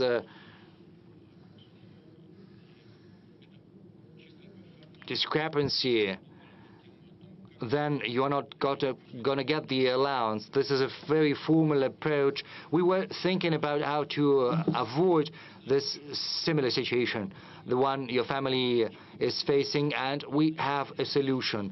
We have to recalculate the income tax, and then we have to give at least a 7% tax rebate based on the tax your family has paid. I think this will be able to compensate the money you're not getting due to the fact that you're not entitled to the allowance. We'll have a look at that. We'll see how it works. The government believes that this will be able to give you back the money you're not getting normally due to the fact that they're denying you the allowance. This is a recent decision. We are going to look at how it's been implemented. Secondly, you spoke about travel and going on vacation. We know about the problem. I've spoken to the leaders and to the heads of the industry. You know, our aviation industry is very stable. Last year it was 105 million passengers. This year it's going to be 111 million passengers that have used air transport. So we are coming up with a solution. There are going to be benefits provided to children with to families with many children. There has to be a 50% discount or so. But the thing is, air companies are giving their own benefits, but this is not a standard tariff, and it's just a little lower than the normal tariff, and they're kind of circumventing the rule. This practice needs to be stopped. I fully agree with you. A full discount has to be provided. So I would like to ask the government to resolve that before January the 14th next year. And as for this 7% tax rebate on income tax, this is a solution we're going to look into and see how it works. Thank you. I think there's another follow-up question about demographics somewhere in the room. Yes, please. Where are you? Dr. K, Czech and Republic. Mr. President, you are talking about demographic growth, how important it is, and you are citing the example of the Chechen Republic. Yes, not just the Chechen Republic, but also the Republic of Tiva, because these two regions are very good in terms of demographics. Probably we should provide some special program to the regions that are most efficient in addressing the demographic challenge. And secondly, you adopted the three-stage strategy for a high-speed road. Last year, the third stage is Moscow-Adler, and many experts believe that if Grozny and Makhachkala are included into this road, then this direction is going to be more efficient. Thank you for the question. Well, you have mentioned the fact that Chechnya is doing well with respect to demographics. It is true, both Chechnya and Tuva are doing well in this respect. Two regions in the Federation. Do we need to take any additional steps or measures? Shall we think here and the rest should take as a role model? Probably. With respect to regions that have lower birth rates that are below 1.41 factor, they need a special program to support birth rates. There are 35 such regions, and a separate program to the tune of 75 billion rubles for the next forthcoming years is planned. And as regards Moscow, Adler, Grozny, Makhachkala high-speed road, we have several issues to resolve. We need to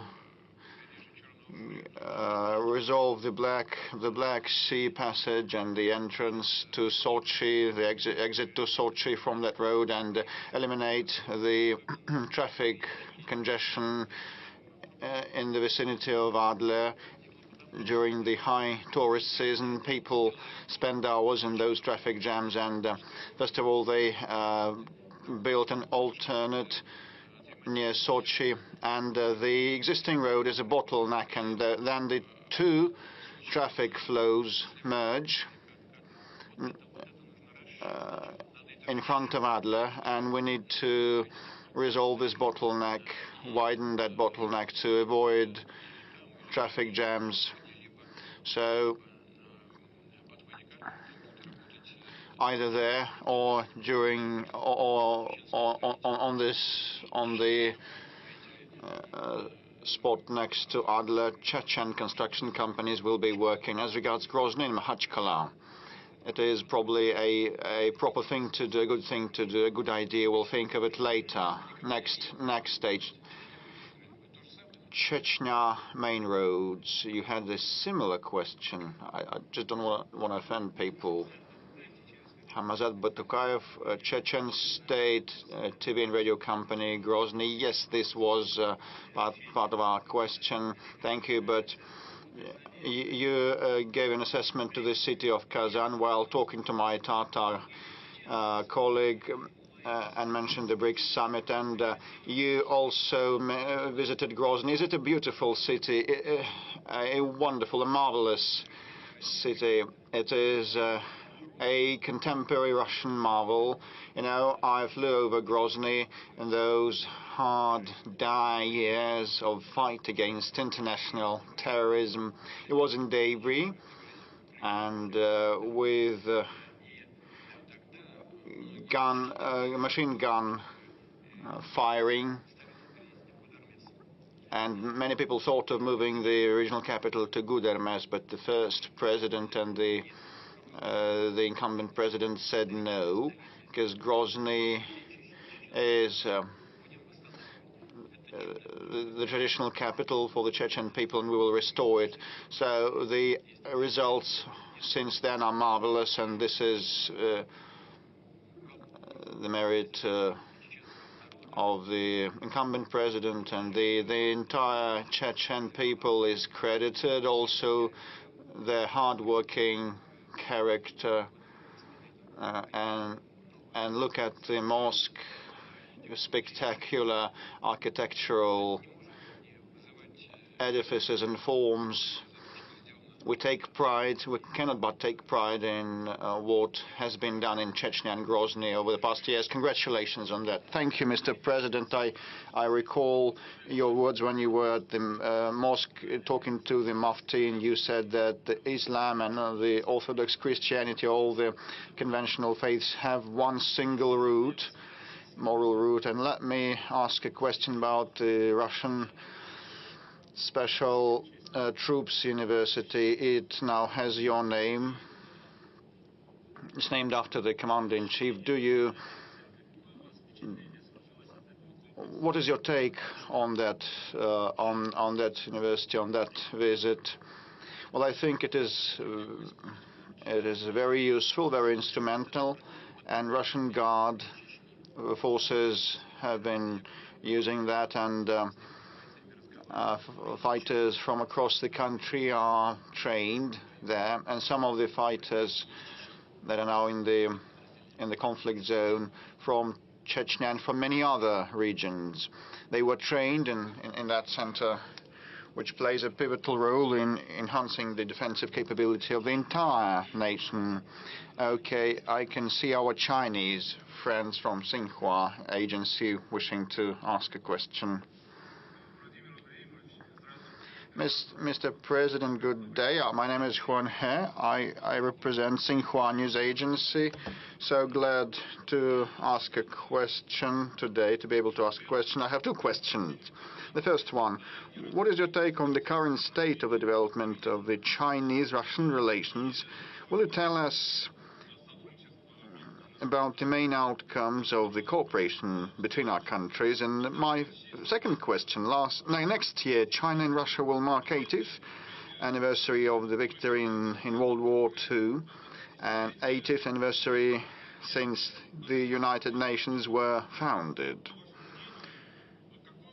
According to your opinion, what is the role of interaction and coordination between China and Russia in maintaining global strategic stability and international justice? Thank you very much. Well, we speak a lot about the bilateral interaction of China and Russia. Next year will mark 75th anniversary since the diplomatic ties were established. Over the past years, a lot happened, and we've gone through a lot together. And in the recent decades, the level and the standards, the quality of our relations have reached an unprecedented level, we've never seen in our history before. I'll mention the economic component, but this is built on mutual trust and confidence.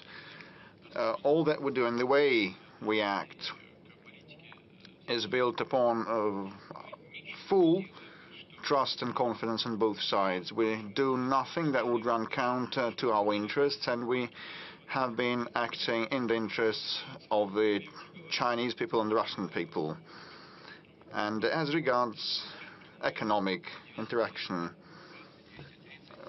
well, we have 220, 230, or even 40, according to the Chinese statistics, of billion USD of mutual trade, which is very good. Over the past year, despite the high base, we still have seen a moderate pace of growth of about 3%. And my second point is about investments. We have around 600 projects of mutual investments to the tune of $200 billion, so which means that our future interaction is safeguarded. And another important component is cultural and humanitarian interaction. We hold dual years of culture and youth exchanges that are very important for specific cohorts of our population. And this is the foundation for economic and political interaction. Also, our regional interaction is of significance. Heads of regions speak to one another. And Malta and vodka is on the table, but you know, they know the happy medium. They don't overkill, so they have some personal chemistry. I mean the residents of the regions, neighboring regions, and student and the university exchanges also take place. Then, mentioning the great patriotic war, Russia and China were the countries that suffered most during the Second World War, but still gained a victory. So the casualties were colossal. We lost 25 or 27 million people, and China lost even more, around 30 million people in casualties. So the things that the Japanese militarists did on Chinese land are horrendous, and the Chinese people went through that ordeal, and we stood side by side then, and we stand side by side now, which is a most important factor of global stability. And originally, the United Nations was established for the sake of this stability, and the Permanent Security Council members include Russia and China, and we almost always coordinate our approaches on international arena. And definitely this is a very important pillar of international affairs. In this vein, please convey my best wishes to the leader of the People's Republic of China, a person whom I believe to be my personal friend, President Xi. So please, I call on everybody to ask no more than one question and be succinct. Kuban region in the central sector. Please ask yours. Good afternoon, Krasnodar region, the Lights of Kuban newspaper, Marina Smirnova. The question is as follows. Nowadays, the talks are rife about the migration issue. Ways to resolve it are entertained. The Krasnodar territory is a big region and cohesive one. Still, we have the issue of migration. We have restrictions in place. Only the construction sector allows patents. And what is your take on these restrictions? And we lack manpower, and what is the way out? So this is a very sensitive and acute issue, not only for this country, for Europe also, and for even more acute for Europe. So we lack manpower. Yes, this is true. We have unemployment at 2.3%, which means it's almost inexistent. Well, our businesses and ministries have been telling me that the shortage in the construction sector and manufacturing, it's hundreds of thousands of workers. This is a hard fact. What the way out might be, you ask. So first, in order to reduce the number of the labor migrants, one needs to enhance the labor productivity using new technological solutions that do not require lots of low-skilled workers. And hence, you should focus on high-tech sectors. So there will be no need to bring in more low-skilled migrants. Second, if it's inevitable, we need to act together with our partners, like in some of the countries, like Central Asian countries, in order to prepare people in those republics in advance. They should get to know the Russian language, learn the Russian language, and Russian language studies centers should be established, and the prospective migrants should be knowledgeable of the Russian legislation, and definitely requirements for those already on our soil must be tightened. They should respect the environment they live and work in, and this is the responsibility of the law enforcement bodies. So there are two components here, the economic and the law enforcement ones, and they should merge. There should be synergy between them. We had lots of debates about establishing a separate body or just leaving it as a division within the Interior Ministry, but I believe still that it should stay inside the Interior, and actually a powerful heavy-duty center should be established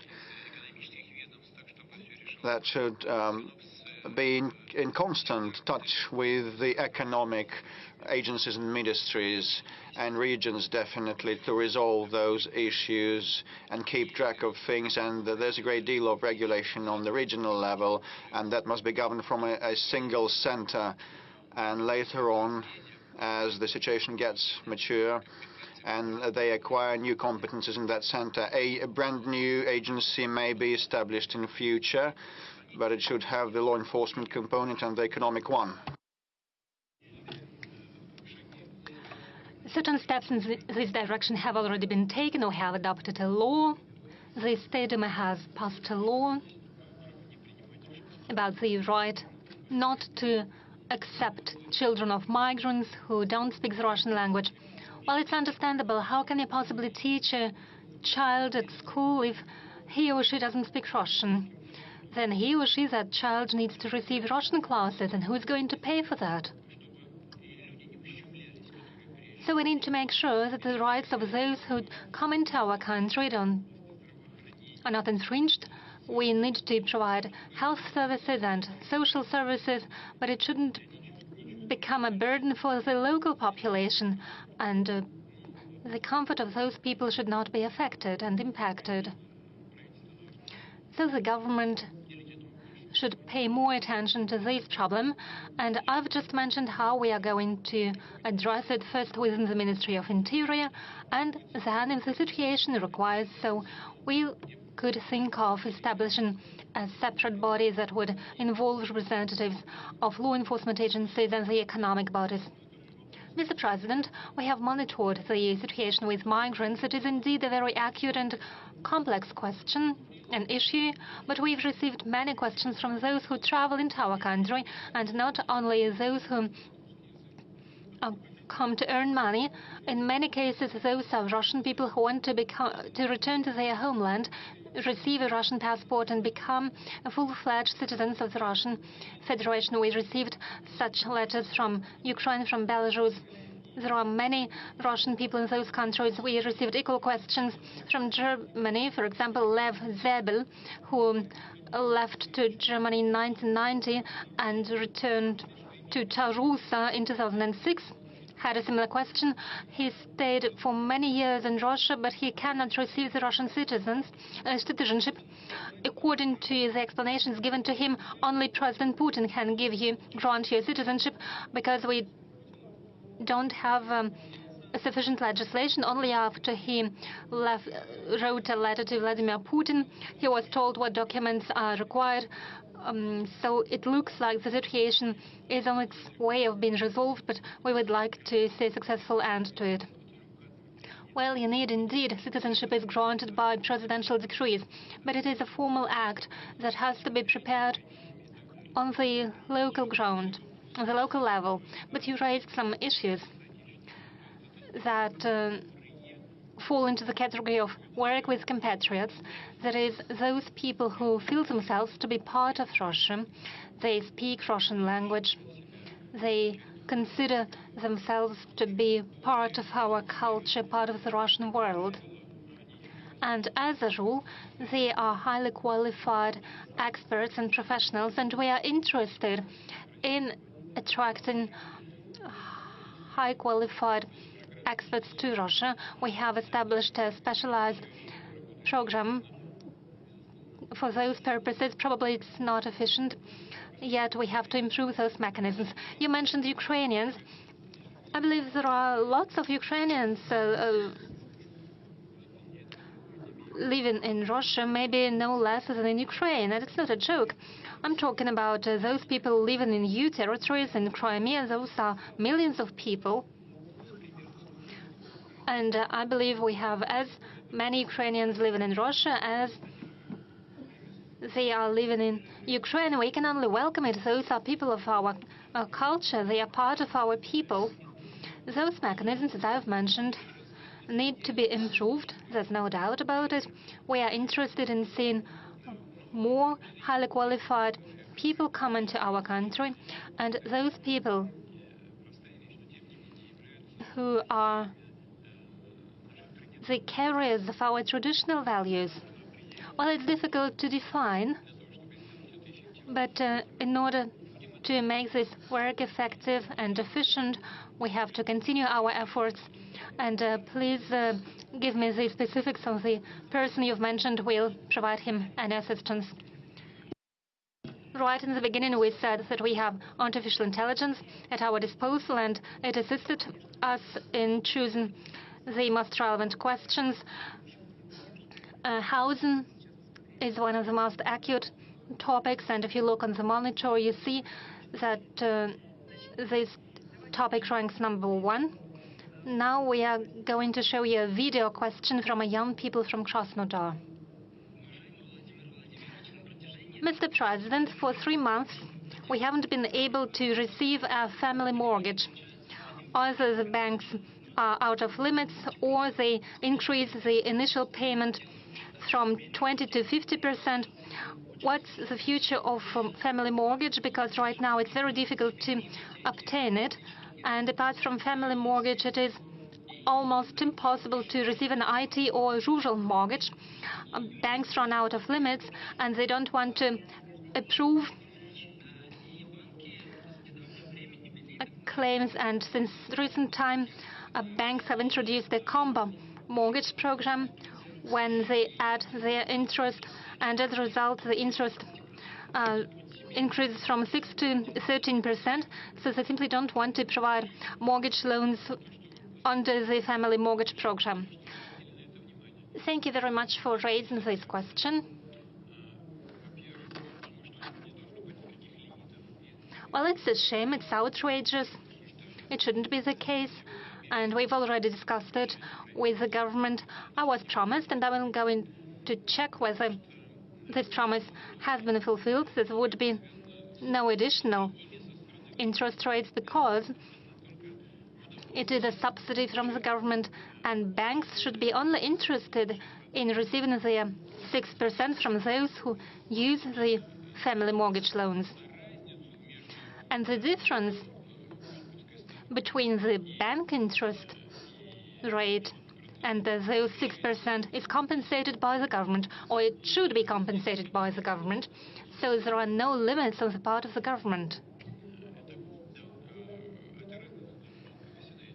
So the difference settles down in the banks. It means a significant income for them. If they deny an application, it means that the government doesn't send a subsidy to the banks. I'm going to check on it, but we agreed that there will be no limits. That's my first point. The second point, as for the 3% family mortgage loans, and as for the rural mortgage loans, the ratio is 3% for the rural mortgage loans and 3% for the family mortgage loans. Last year, we constructed 110 million square meters of new housing. It is a record since Soviet times. 50%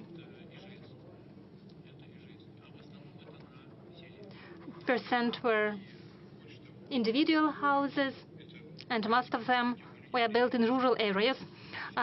People aged about 40 years take these mortgage loans. They move into rural areas, settle down there. They build families, and these mortgage loan programs should have no limits. About several billion rubles are allocated from budget for these purposes, and it should be preserved. Same for IT experts' mortgage loans. It is at about 5 or 6%. It is a preferential rate, and it applies to not so many people. Some experts suggested that this program should be closed, but I think it doesn't make any sense. And I ask the government to provide the necessary subsidies. And it also applies to the Far East regions. Yes, 2% for the Far East, 2% for the new regions.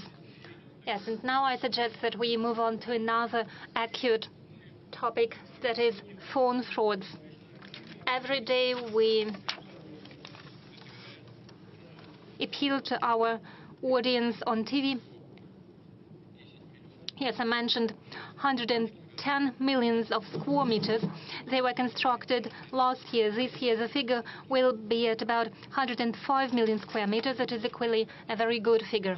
Yes, phone fraud, how topical this problem is, we can see from the amount of money that was stolen from the citizens by criminals.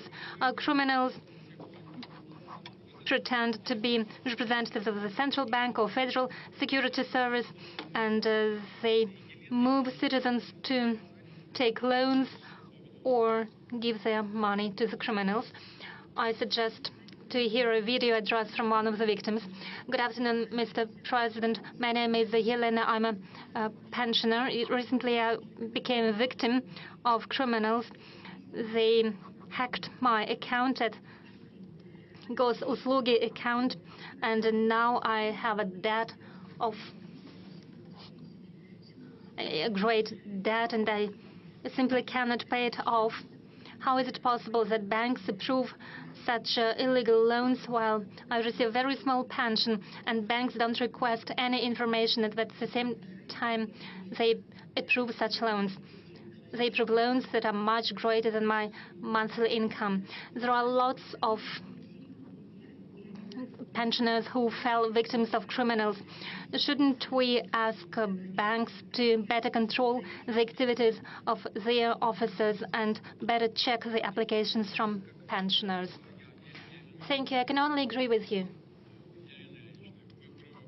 Yelena, you are quite right. There are not more comments to be made. Indeed, banks can issue loans very quickly, momentarily. But they must check the ability of a person to pay. And there is a regulation according to which if more than 50% of person's income should be paid to serve the loan, in that case, such loans are more expensive for the banks and the pressure on the bank capital increases. There is relevant regulation of the central bank. But what's happening now is a source of great alarm, because the volumes, the scale of these fraudulent activities is outrageous.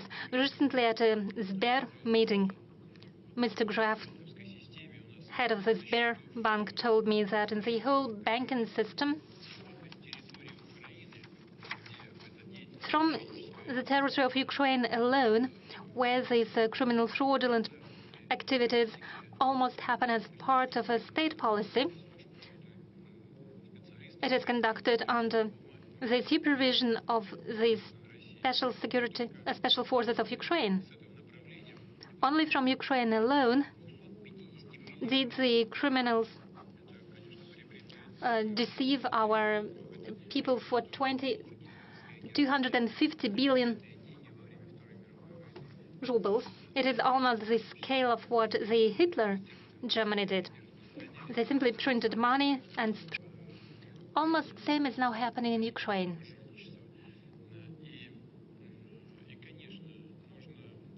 And of course, we have to supervise the situation. We should keep it in focus of our attention.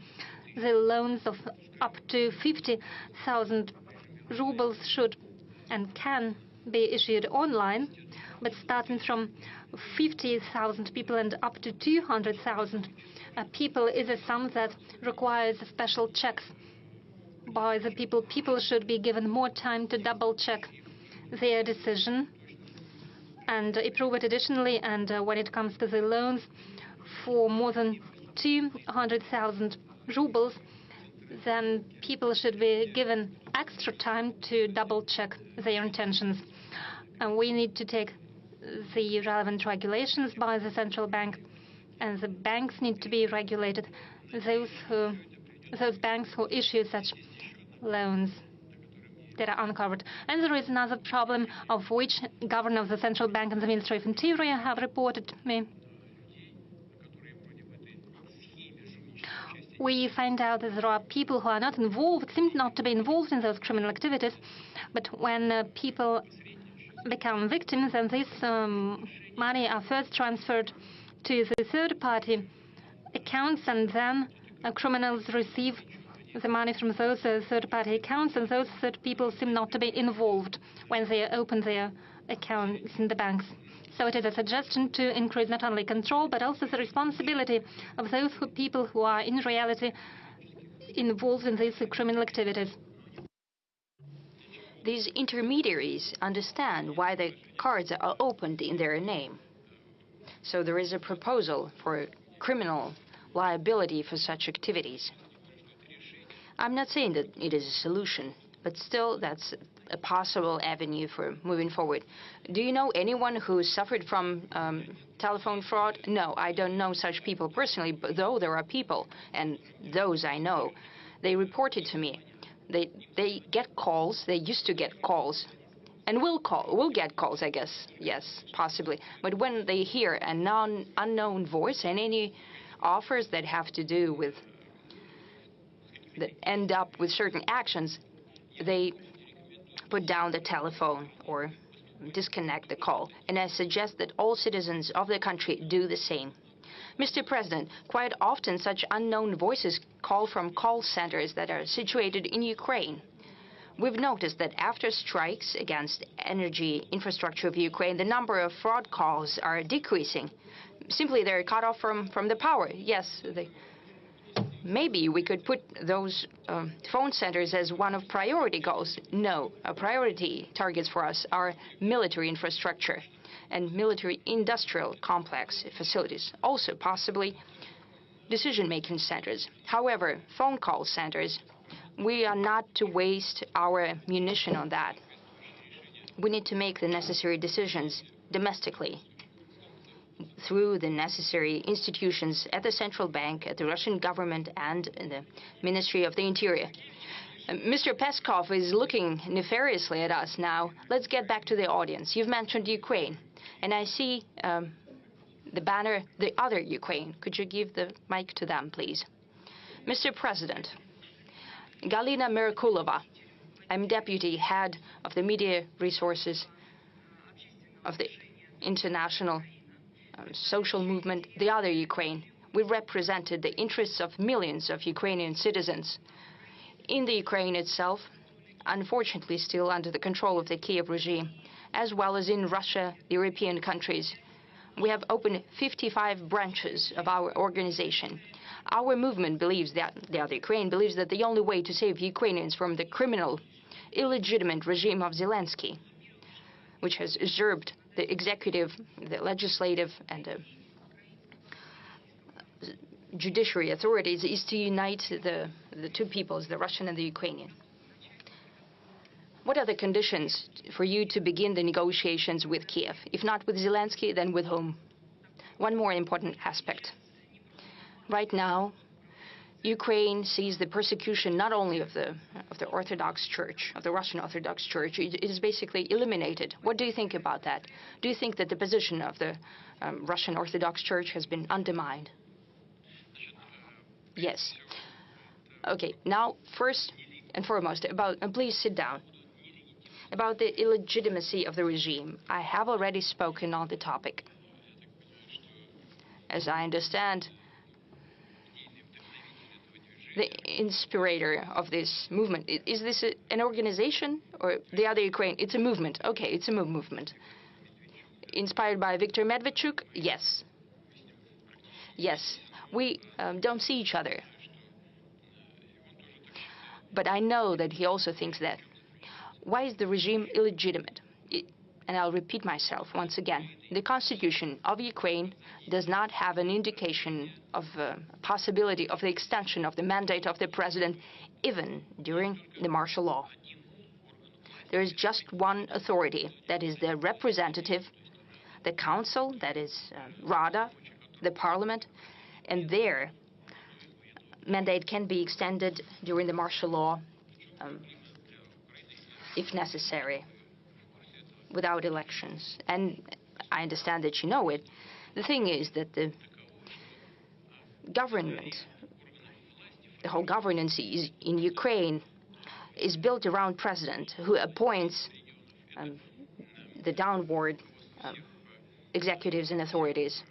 That is the leadership of all intelligence and army institutions. So if if a president loses legitimacy, the same happens downwards. So whatever they do, when they execute his orders, they become the accomplices in his illegitimate actions. That's first thing. Now, as for the preconditions for negotiations, we don't have any. We're prepared to hold a dialogue without preconditions. However, on the basis of what we have already agreed upon, and I have said it 100 times, what we have agreed on during the negotiation process in Istanbul at the end of 2022. Also, regarding the reality on the ground right now. We have presented the position of the Russian Federation. That was presented also during the June statement at the Russian Foreign Ministry. I don't want to repeat myself. It all has already been presented. If not with the head of the regime, if he's illegitimate, then with whom? You know, if someone runs through an election campaign and proves his legitimacy, we're prepared to talk to anyone, even with Zelensky. But right now, if the Ukraine truly wants to go through a peace settlement, they're capable of doing that. They can organize this process in any way they want. But we can sign an agreement only with a legitimate person. And Rada and the chairman of Rada are legitimate, are the only legitimate people. But they're completely under control of the head of the state. But it's a formal issue. They can organize it in any way they want. But we need to sign this document only with a legitimate representative of a legitimate authority in the Ukraine. There was a question about the Russian Orthodox Church as well. Yes. You know, what's happening with an Orthodox Church, that's unparalleled. This is a blatant violation, an outrageous violation of human rights, of rights of believers. the church is being tortured. This is akin to being slaughtered. And everyone in the world prefers not to notice that. And I think that those who are doing that will get a boomerang effect from that. They're tearing the church apart, but they're not even atheists. Atheists are also people who believe something. They believe that there is no God. But this is their belief, their conviction. And these are not atheists. These are people without any beliefs, godless people.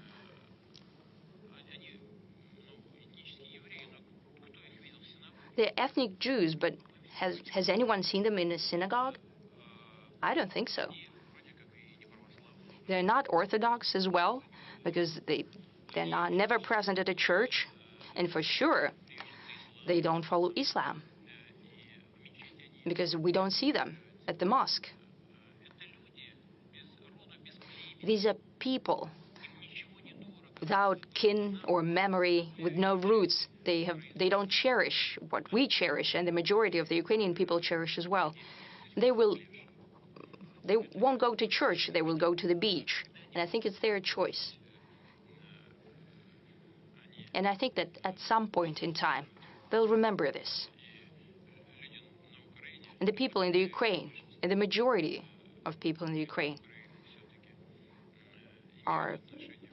have something to do with the Orthodox Church. They will evaluate their actions.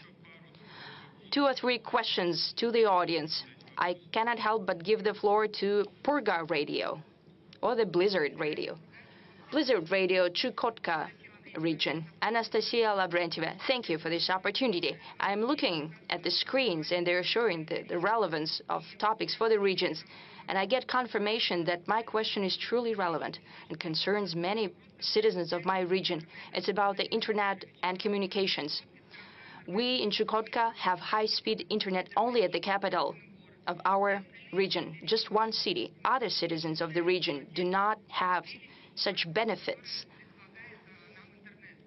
of the internet. No entertainment, no banking services, no Gosuslugi app. They're unavailable to the majority of the people of Chukotka. Could you please help us with the bridging of the digital gap if possible? Thank you. I don't think there is a lot to say about that, because we have a high-speed internet development program and communications program, our satellite constellation and so on, especially about constellation that has to do with communications. It will be done, for sure. This data is widely known, the rate of work that is being done on that. The necessary resources have been allocated. There will be no shortcomings here. We'll move according to the plan, and I hope truly that the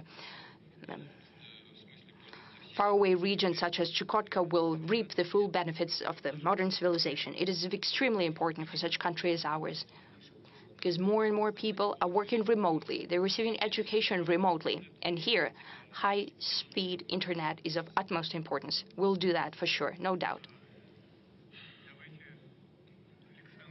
Now, Alexander Gamov, the front row, one of the oldest Russian journalists.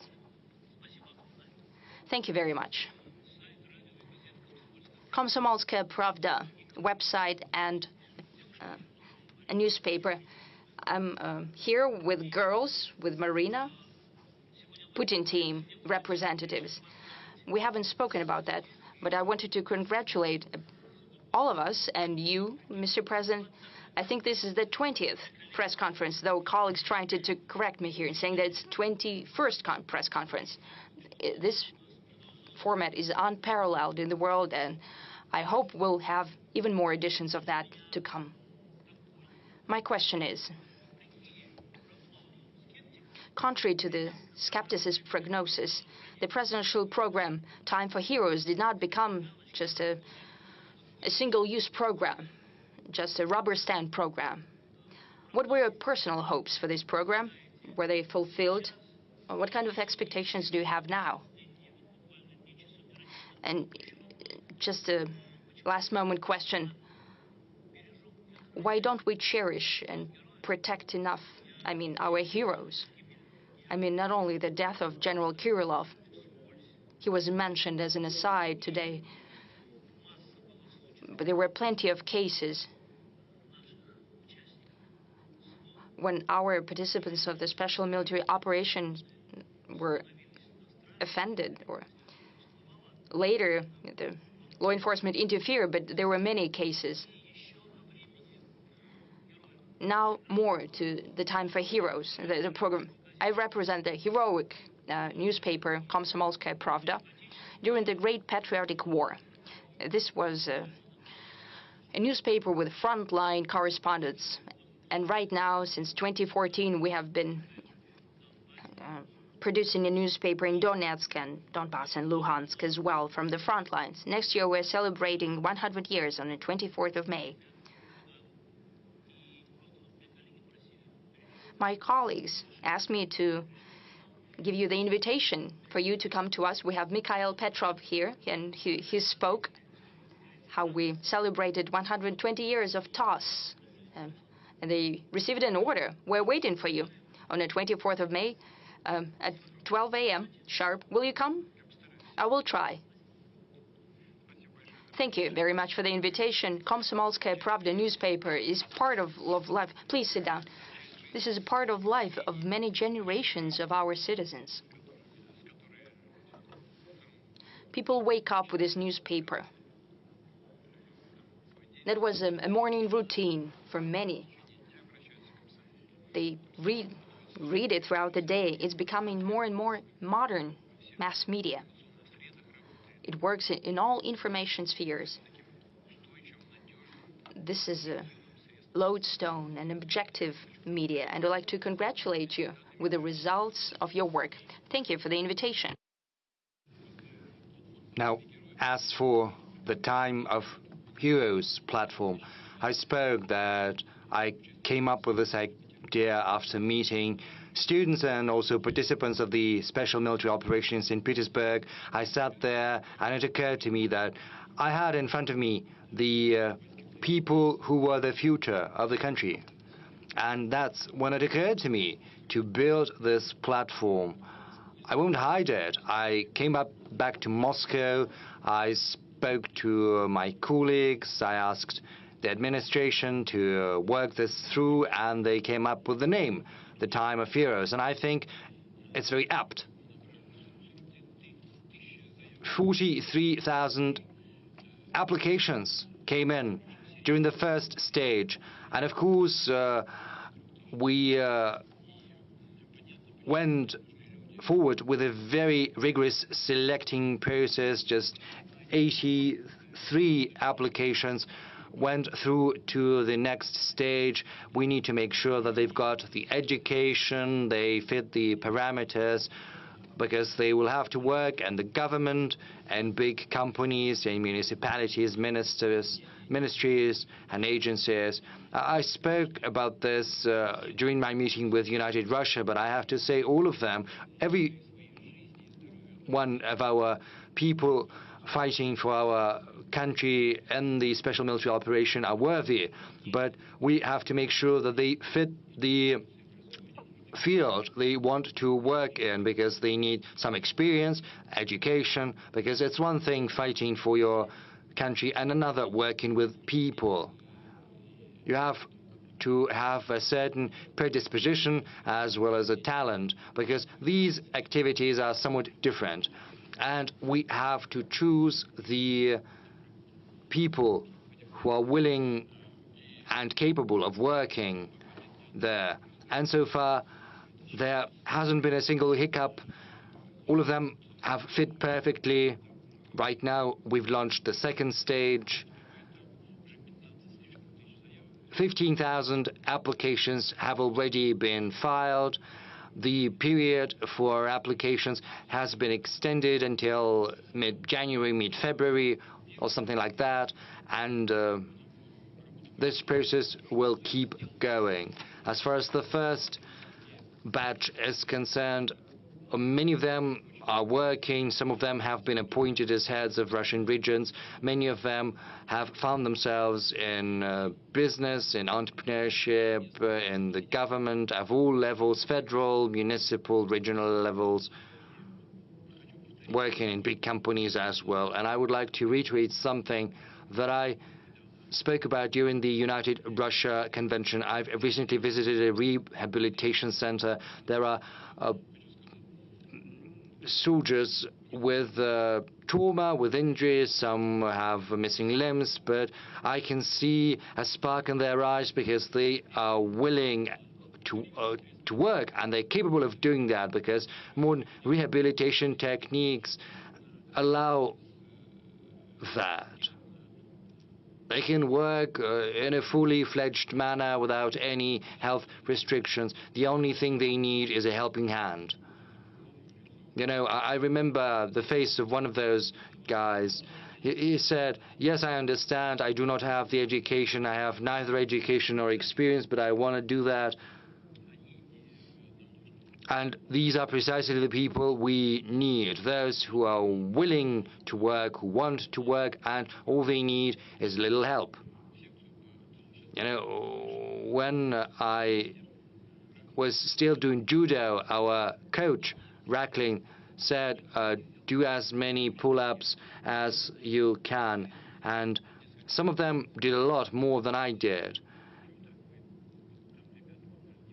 And you know, we asked him many years after, you decided to take in some of us who didn't make as many pull-ups as others, but he said, you know, you went to the end. Your hands were trembling, your arms were spasming as well, but you made as many pull-ups as possible, whereas the others did as many pull-ups as they required, and they didn't fight. So you were willing to go all the way. And these men are just like this, and they need some help. Oh yes, that's a very important question. I understand. Yes, you're right. First, these attempts are not the first ones. We are aware of what the adversary is seeking to do.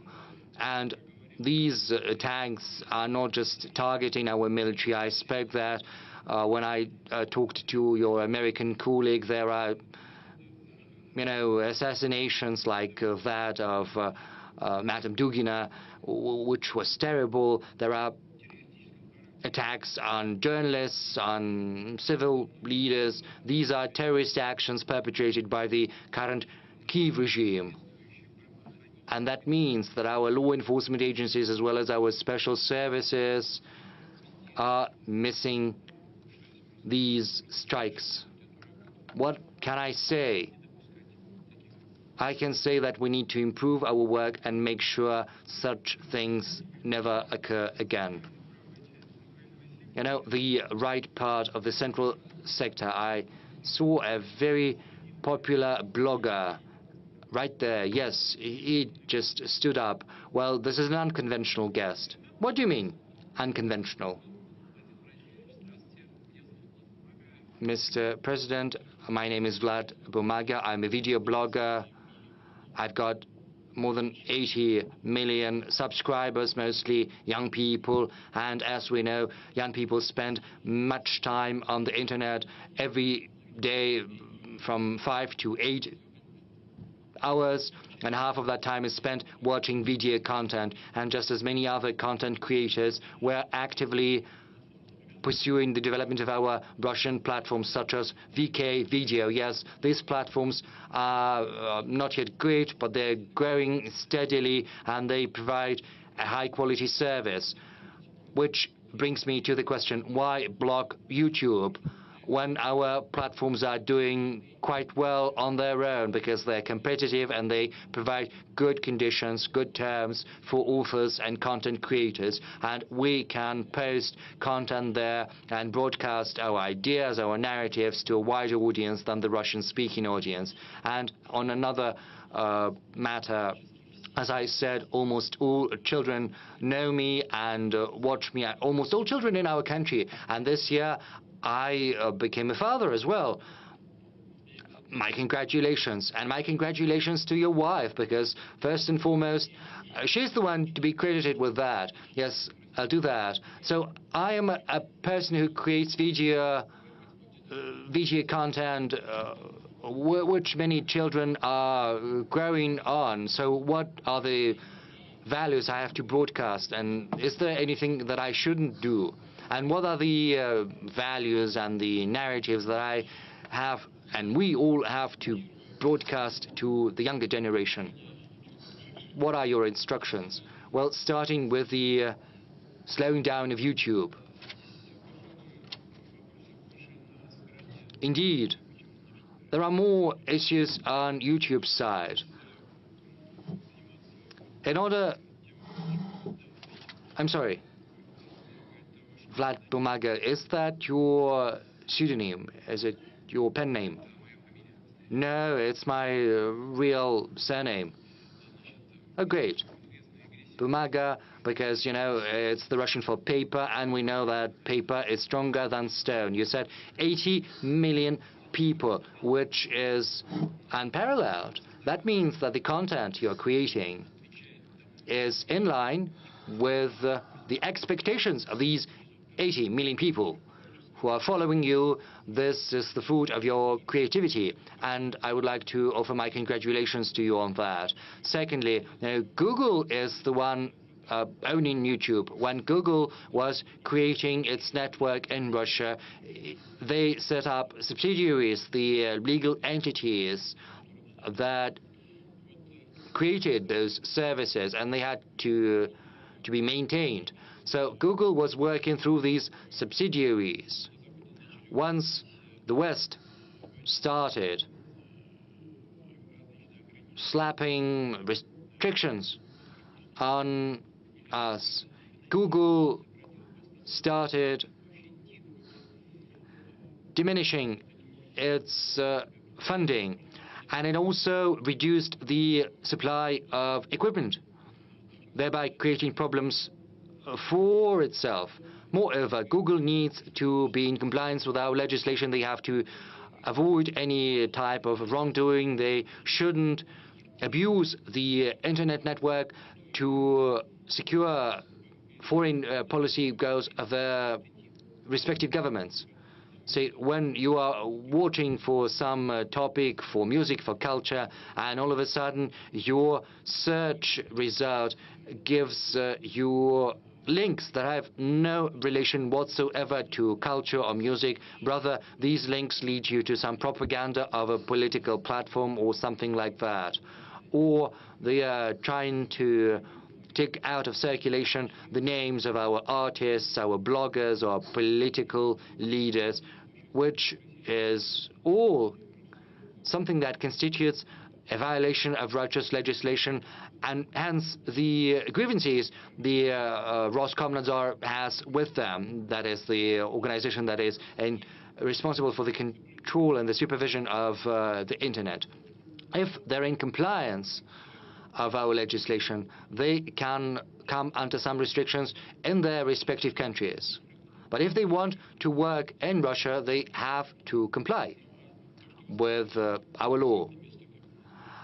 And, you know, you say that nature abhors vacuum, so YouTube, Telegram, VK, all of that is growing rapidly. And if YouTube understands that and tries to reconfigure its presence in Russia, then they will have no problems here whatsoever. Now, as for the material we need to use to rear our children, I'm confident, Vlad, that giving such type of advice is basically pointless, because people like you, especially now that you have become a father, now that you have a child, you feel this weight of growing responsibility. You feel responsibility towards your child and towards the future of the child, as well as to the country your child is going to live in. And this sense of responsibility is going to serve as a beacon for you. And it's got to be even better than any instructions or advice I might provide to you with regard to what I think is useful for the future of our children, or what is perilous and nefarious for our children, and which is something you have to fight, not because this is what I instruct you to do, but because your heart tells you to do that. Unfortunately, I skipped TV3. I'm sorry. Since we're talking about children, we've got a young girl, a young lady there, duping families with children, maybe the allowance? Well, I'm going to tell you. My name is Yelena Usmanova, Mr. President. I'm from Tatarstan. Yes, Tatarstan once again. An online newspaper. First, thank you for choosing Kazan as the venue for BRICS summit, but my question is not related to that. There is a group of fraudsters who have duped hundreds of families in Kazan who were dreaming to have of having children of their own. They drew out a mortgage with government support, but their houses have never been built. So I'd like to ask you whether they will get any help, as you in the past provided help to those who paid for their housing before their houses were built. Because right now, these families have to pay back their mortgages. So when will people get support rather than the banks? Well, please stay there, please, with the mic. The thing is, we have set up a system for escrow accounts. If a person draws out a mortgage, then the money is channeled to an escrow account, and this money is frozen until the house has been built.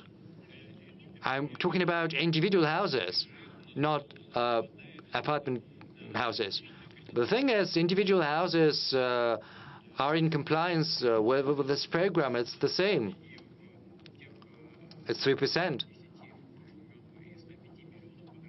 And, you know, we built 105 million square meters last year, and 50% of that was accounted for by individual houses. But the money was supposed to stay in the escrow accounts. Where did the money go? I do not understand what you're talking about.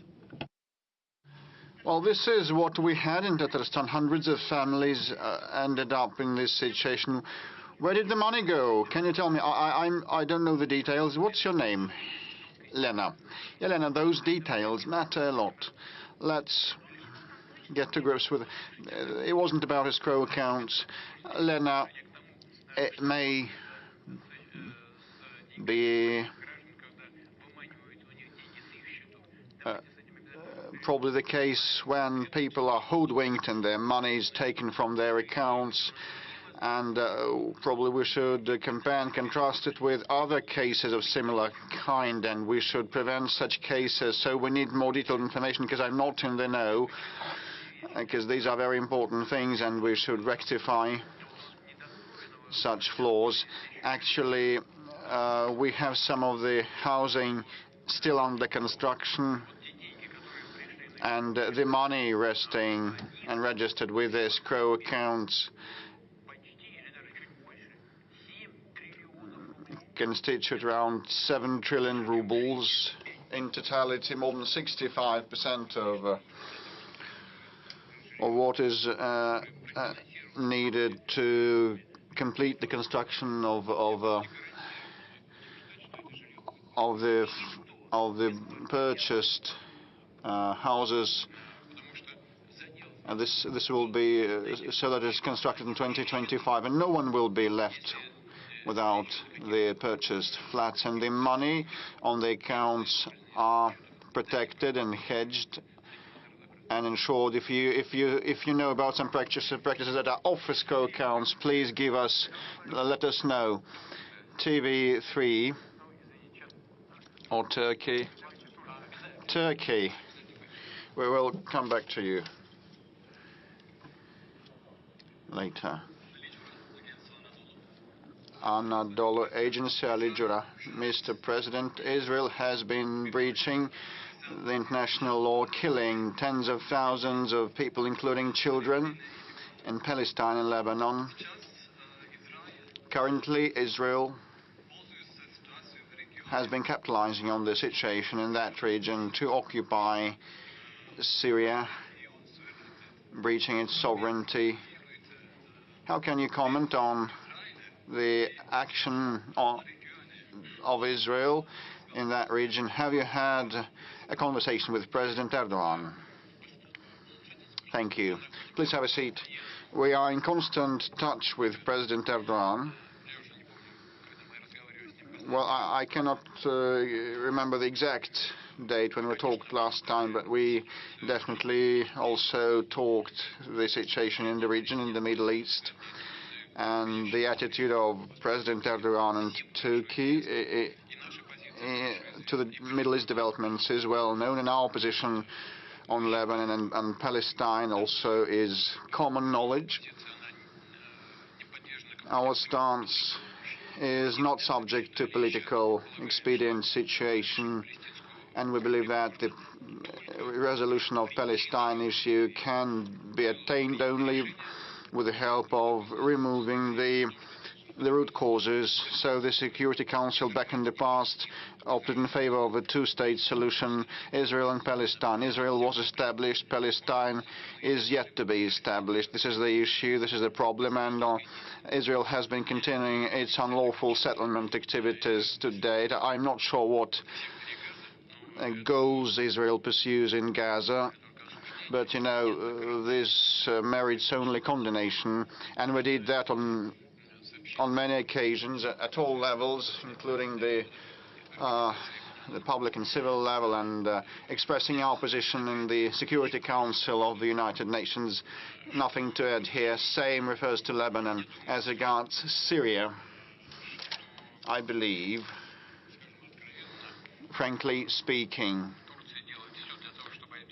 Turkey has been trying to safeguard its safety on its southern frontiers and create conditions for the return of the refugees back home from its own territory to the Syrian land. And those territories are now under more or less control of actually Turkey. Probably they want to move away the Kurdish troops from the border. Probably those might be the goals and the outcomes, and may be attained, but the main beneficiary of this Syrian developments, I believe, is Israel. It's my personal belief. You may have any sort of attitude to what Israel has been doing. Russia has been condemning the seizure of any part of Syrian territory, but Israel has been trying to resolve its security issues. And, you know, the Golan Heights line is well known. And Israel has moved 62 to 64 kilometers on the front line, inserting around 25 kilometers into the other territory, the adversarial territory. It's similar to the Maginot line from the 20th century history, and real fortifications, formidable fortifications and solid ones have been built, and we hope that sooner or later Israel will withdraw. But now they have been pulling in troops, right, like several thousand of troops, and they're going to reinforce their contingent there, I think, and local people have appealed and called on Israel to include those territories into Israeli state, and if it all boils down to disintegration of Syria, this will be decided by the UN in line with the UN Charter and the self-determination rights nations have. This is a very convoluted, complex issue, not for today's phone in, and you know, Turkey has had problems with the Kurdish Working Party for decades. I hope there will not be an aggravation, but you know, some of the European leaders told me that after World War I, Kurds were promised their own state and were duped and deceived. And Kurds reside in Iran, Iraq, and Turkey, and Syria. You know how many of them live there? Around 30 to 35 million Kurds. And this is the Kurdish issue is a major one, and the Kurds are formidable fighters. And the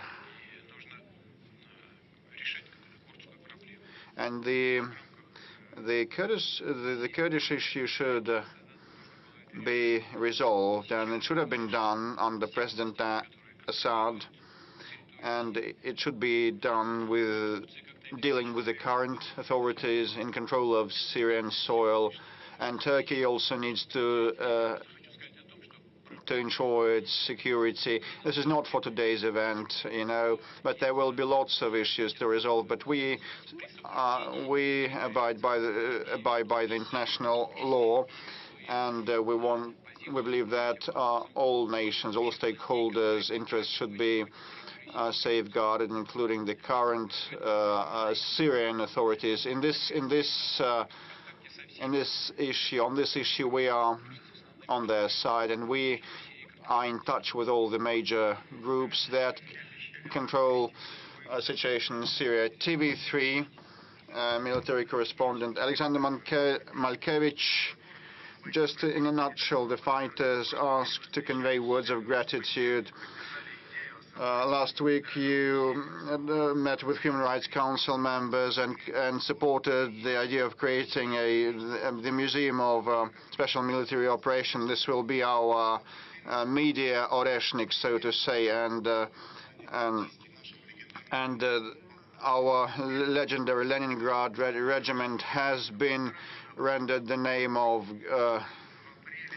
Guards Regiment, so gratitude for that. So, and what is your assessment of the fund on a scale of 10 points? And what are the main goals for the foundation for next year, and the main criterion of the efficiency of the foundation for? Have a seat. With respect to the work of the foundation, Defenders of the Fatherland, that was established in June. This foundation was established, you know, after my meeting with the mothers of the special military operation participants, with the widows, and I figure that the regular support methods to back our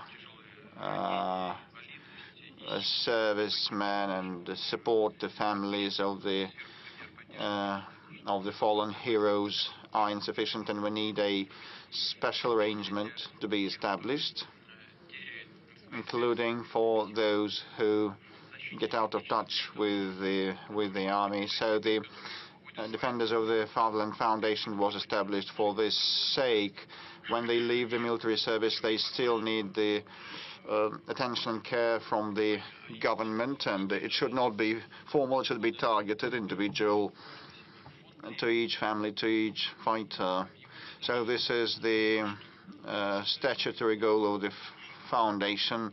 It has to resolve social and welfare issues like allowances, payouts, receipt,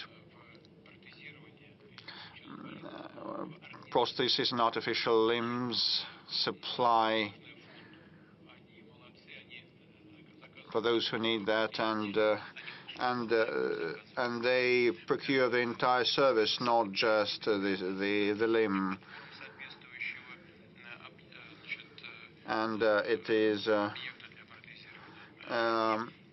they have been carefully pre-selecting the prosthesis types and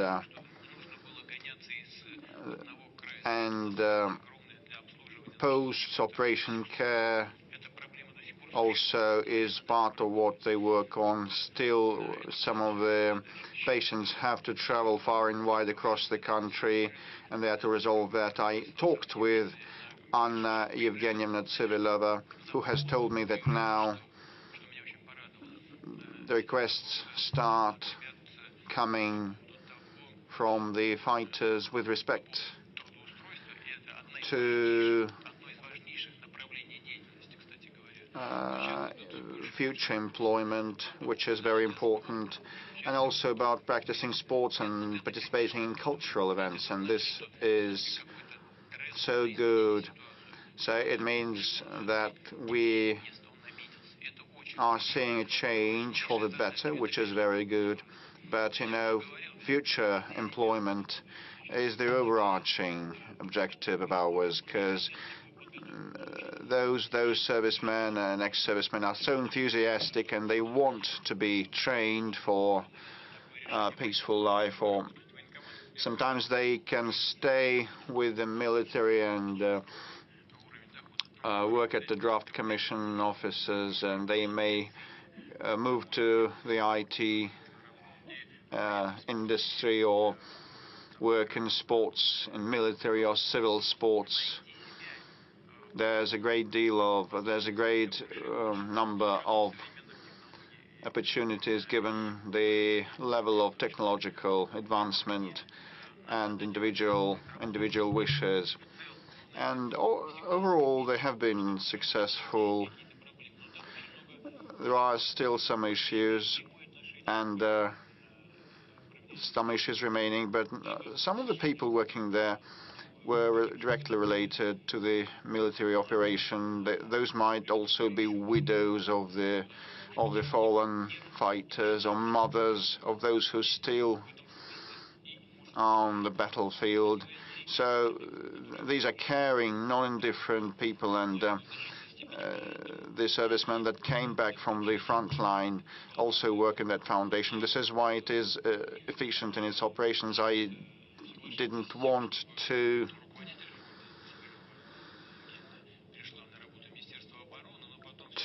allow the director of the foundation, Tsivilova, to become part of the defense ministry, but I ceded to the proposal of Belarus, of the defense minister, who said that he believed that for the sake of a seamless process that is needed, because part of the servicemen will be under the defense ministry. Some of them are on the front line and others have left the army, so we need this seamless mechanism. If I'm not mistaken, it was in summer when we established a special social center under the Ministry of Defense, together with the Defend of Fatherland Foundation. They work under a single window system, where people, those who remain in the Ministry of Defense and those who have left the pyramid of the ministry, get united and work on the two tracks.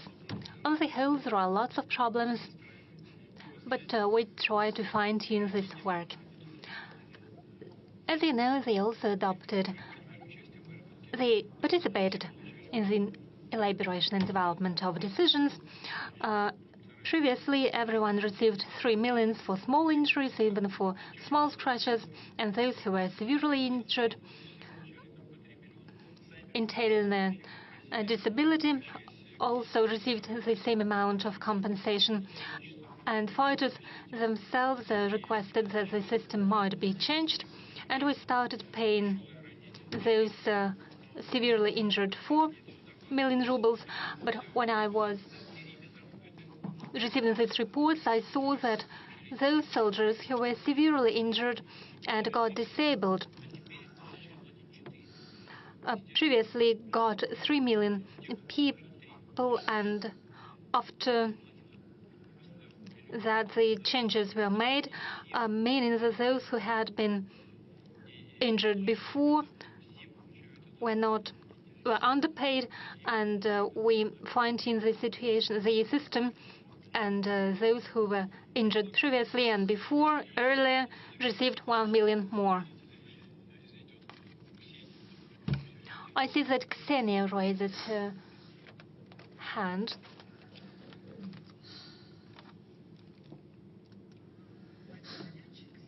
Mr. President, Ksenia Sobchak, you touched upon a very important topic, the topic of single window and the capabilities of the Ministry of Defense. I would like to offer a different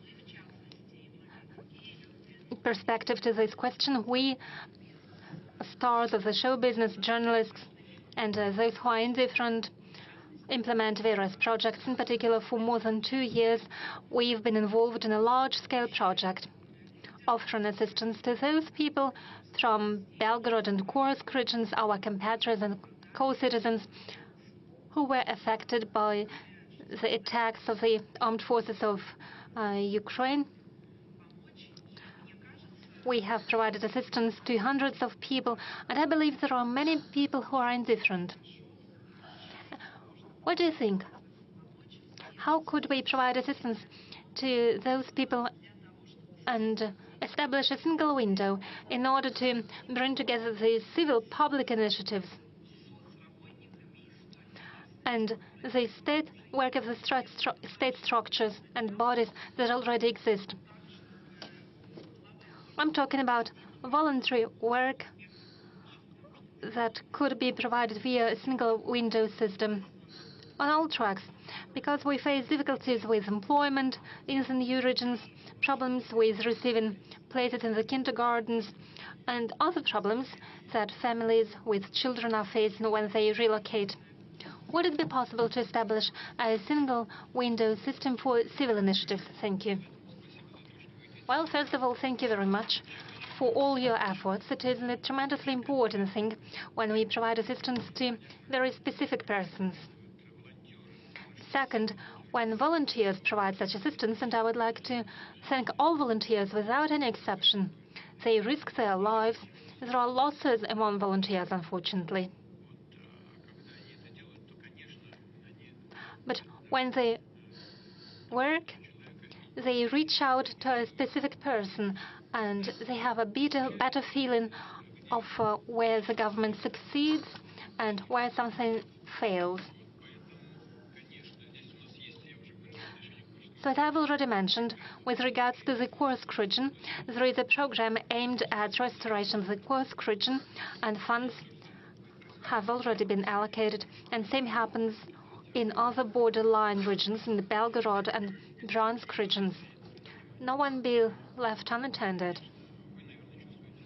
But you probably have a better feeling for that, and I'll think about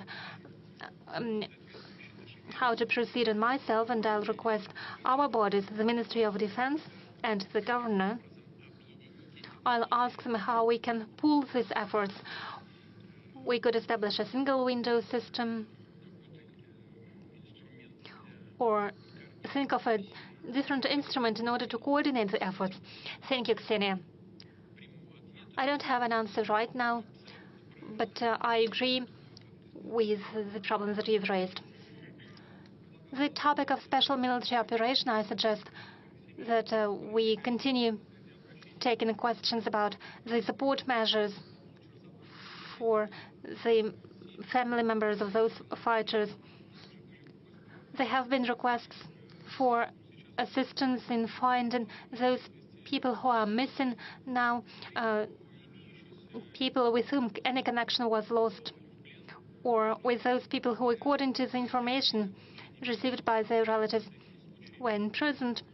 Would you give an instruction to collect information about those people? Could we fine-tune this system for informing the families of servants, military servants?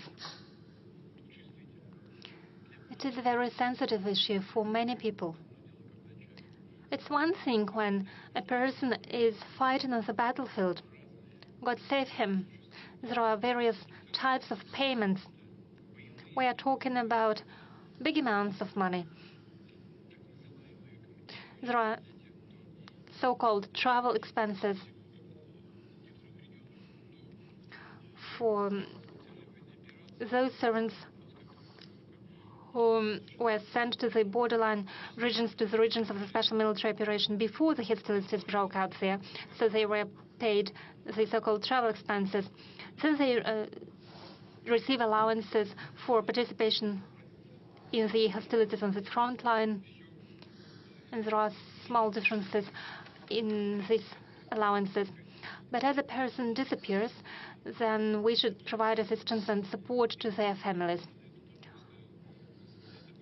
Ministry of Defense is aware of this problem, and at least two things need to be done on this track. First,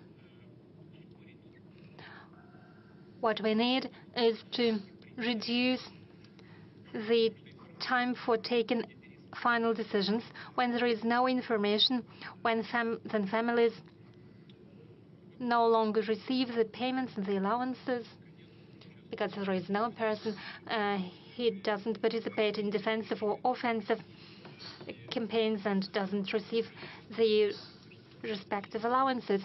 So the family doesn't receive the financial support. And together with the government, the Ministry of Defense have to take a different decision.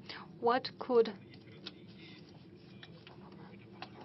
be done in order to provide at least some of an assistance to those families? Maybe some payments for children. And we should take the decision regarding the temporary measures, and we also need to accelerate the decision-making process, the process of making the final decision. I'm not going to go deep into details, but the Ministry of Defense is aware of this problem. We've been working for more than 3 hours. There are lots of questions. Shall we try with a small blitz? Yes. We'll start with the following question. When you conduct meetings, sometimes officials ask you instruction to initiate some work. Well, don't be angry with the officials. The decision-making process is a complicated one. And when they reach out to me, then normally it is about the problems or questions to which there are different attitudes. Some colleagues believe that it should be addressed from one perspective, others offer a different perspective, and instructions are needed in order to see which way to choose when there is a difference in opinions. Then colleagues come to me, and at a meeting they ask me to take the final decision. And they ask instruction to make sure that nothing is forgotten, that a clear final decision has been formulated.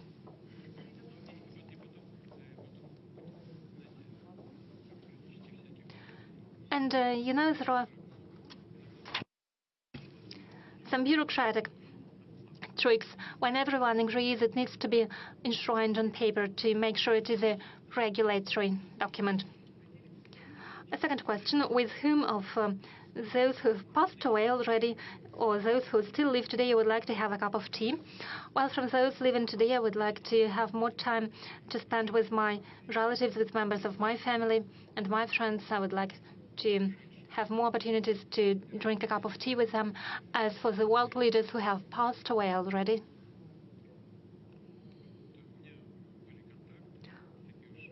I've had contacts, not so close contacts, but nonetheless, for quite a long time, I had contacts to Mr. Kohl, the German Chancellor. He was a world-scale figure, not only due to the fact that he was a corpulent man, but also thanks to his beliefs. After my very first meeting with him back in 1993, and for a long period of time, after he no longer was German Chancellor, he sometimes regularly, not quite frequently, but regularly came to visit me, and it was my distinct pleasure to talk to him.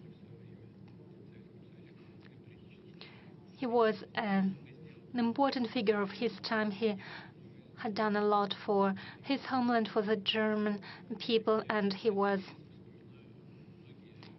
a real world leader. And I still have warm memories of many of our conversations. They were useful for me, and it is no exaggeration. They were useful. He was a very President of France, Chirac, was a very interesting personality. He has encyclopedic knowledge. He knew everything, whatever you asked him. And he had his own opinion on anything, and he stuck to his opinion. He was a very gallant and polite man, and I learned a lot from him. I learned a lot from Kohl and from Chirac too, his manners in particular.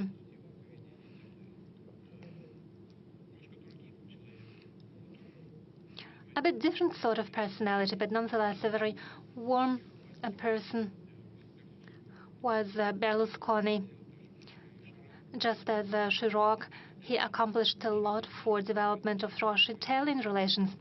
Regardless of what's happening right now, we feel some affinity to Russia among the Italian population, just as we feel the same affinity to Italians. They've all made a large contribution to the development of our bilateral relations and to the world policy, and it was interesting to talk to them. They were true personalities. They had their own opinion, and they were focused on achieving best possible results for their own countries and strengthening the sovereignty of their countries. Even now, I have many friends in Asia. I've mentioned the friendly relation with China and India, and have warm relations with Prime Minister of India. So I have people to talk to. But just as any human being, those are my family members who are most important to me, and I have some friends from my childhood. I have a semi-question or request for advice. Do you have any banking investments? If so, I used to have a deposit in Sberbank, but when Bank of Russia fell under sanctions, that was the first financial institution, I transferred my money there as a demonstrative act, and I put my salary there. So did Elvira Nabiullina tell you about the interest rate tomorrow? I think it's interesting not only for Valery Simonov, who wrote from Pskov region. No, she does not tell me the interest rate. She possibly does not know herself, because they're discussing it at a meeting of board of directors, their own party meeting, and during the discussion they take the final decision. However, I hope that will be a well-balanced decision that will be in line with the challenges of today.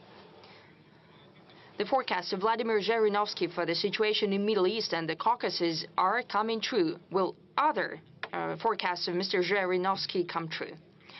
Naturally, I knew Mr. Zhirinovsky very closely. He was not a fortune teller, but he was a person that was larger than life. And he did it remarkably. He was a polymath. He was well-trained. He was actually a specialist trained in Middle Eastern studies. He was a true expert. So what he said is indeed coming true, because he said it based on analysis of what was happening in our country, in the world. So he was forecasting the situation. It is indeed coming true. However, this is a forecast based on true knowledge and the experience that he had as a specialist. I suggest we go back to the Q&A question. Yes, we can do that forever. And we have 200,000 questions. I don't see what's written on your paper, but you've been raising your hand for a while now. A man in mask? Okay, you'll be the next. Okay. May I? Yes, please. Svetlana Shevchenko, Novosibirsk region. We are an agrarian and industrial region. We create value-added products. We export goods, but we have an acute lack of talent, especially young people. Despite the agricultural mortgage and development of agricultural lands, we lack people. What measures should be taken in order to preserve those who are already living in the village and to attract new generations there? That is a very important question. Agriculture is one of key industries of Russian economy. As I have already mentioned, it shows good growth rate of 3% annually. We are very happy with what is happening in the agricultural sector. I have already given the example. If I'm not mixing anything up, I can tell you that in 1986, the Soviet Union bought 35 million tons of grain. Last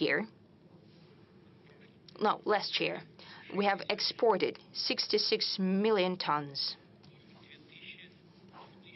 In 2000, we have already started to export grain. However, it stood at about 1.2 or 1.3 million tons, and now we have 66 million tons.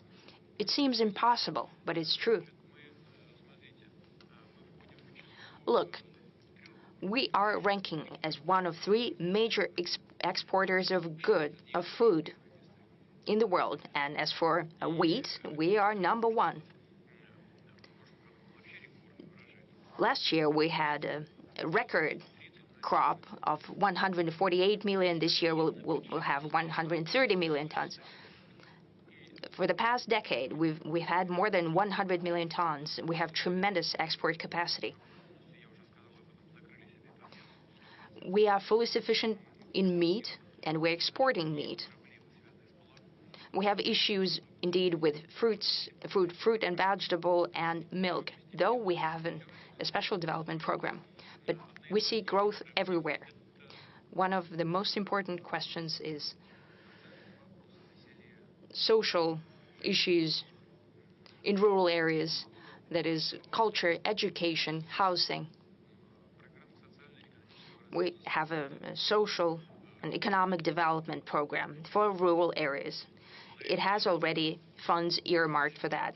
Possibly that is not enough, but most importantly is to improve the level of life, the standard of living for people in rural areas and their income. That will solve all other questions, I'm sure. We'll move towards that goal. As for talent, indeed one of key issues. Traditionally, even back in Soviet times, we've dedicated great attention to human resources, and now the work in rural areas is already a business. And it's very interesting. It requires highly trained professionals at different levels in biology, chemistry, agronomes, and so on, geneticists. For example, as for genetics, it is a very important science, but now it's developing in the interests of agri-produce. It's showing greatest growth. I think it's very interesting. And we should talk about not only at such events once a year, but we need to talk about all the time. And to create conditions for young talent to go into those sectors of the economy. As for the state, it will do everything that's needed to engage new students. And the producers should also do what's being done in other industries to create conditions, to create specially targeted programs for new students to find the pool of talent, to ensure their work at the production, and to engage them in hands-on internships. All that together will help. We promised to the journalist in the mask. I have already taken my mask off. I travel by subway. Andrei Knyazev, Arguments of the Week from Uzbekistan. I'm here as a volunteer and head of the studio of young students and bloggers, The World of the Young, Moscow. 45 years is the time I've spent in journalism. I started in Uzbekistan, and now here I see that paper journalism is dying out. Maybe such bloggers as Vlad Paper can help newspapers that are independent. They don't depend on the state or businesses, they depend on readers only. What do you think should be done for the weekly press not to go extinct? Because bloggers are not always smart, they're not always good. It's a short question. Now, another question that I asked to many authorities, including Madam Zakharova, spokesperson of MFA, and she told me to go to Vladimir Putin, direct line. That's why I'm asking questions here. Many of our scientists and many people who see the future are telling us that within 10 or 12 years, the countries of Europe, Japan, the US and beyond, the continent of America, might land underwater, might be submerged in the water, and they will try to ask to resettle into our country, but they're against us. Maybe we should tell them ahead of time. It is a hypothetical situation, but there are such forecasts. I read a lot of newspapers, not some telegram channels and those liars and everything. That's my question.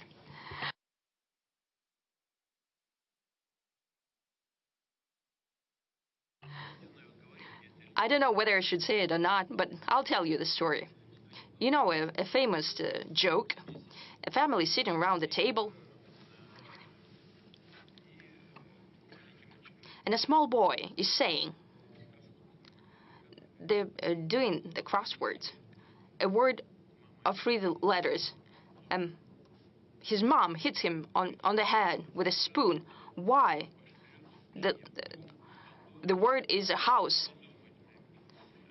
And the father says, yes, you need to think about the house.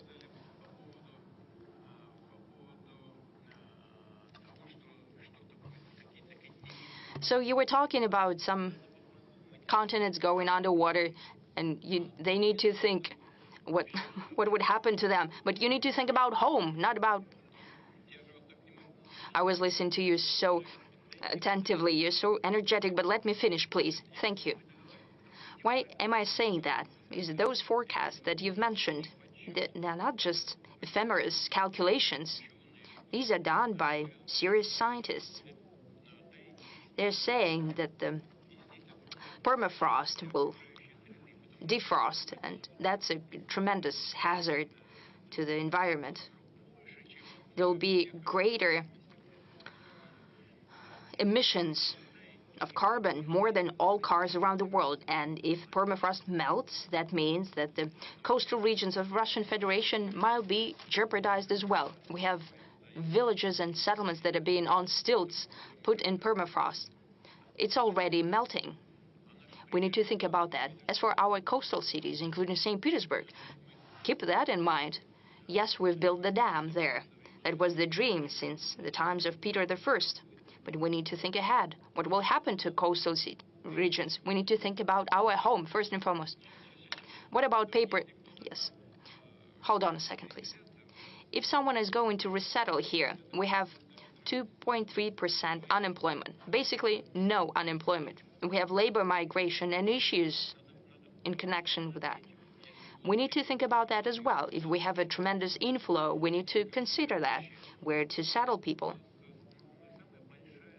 We are the largest country in the world in terms of territory. However, beyond the Urals, do you know how many people we have there? 12 million. That's not enough. We have territory to resettle people, but we need to think about the social and other types of infrastructure, about the rules. This is not just a idle question. You're presented with great pomp, but indeed the question is there. But we need to think about our domestic issues first and foremost. As for paper journalism and help from Vlad Paper, I'm sure that such people will support you because they're talking about paper journalism.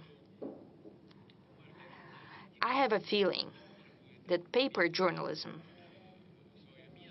would also find a place in the ecosystem and in changing landscape, just like a paper book.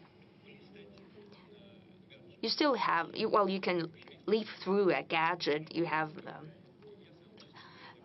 better fonts, for example. Sometimes I use it myself. However, taking a book, a paper book in your hands, Not just because you have pictures there. It's also interesting.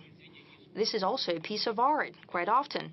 This is a piece of art in your hands. So paper journalism, sometimes taking a paper, Izvestia newspaper or Komsomolskaya Pravda newspaper, if you just leaf through it, there is also a certain pleasure in that. And I hope that those who do that will keep in mind.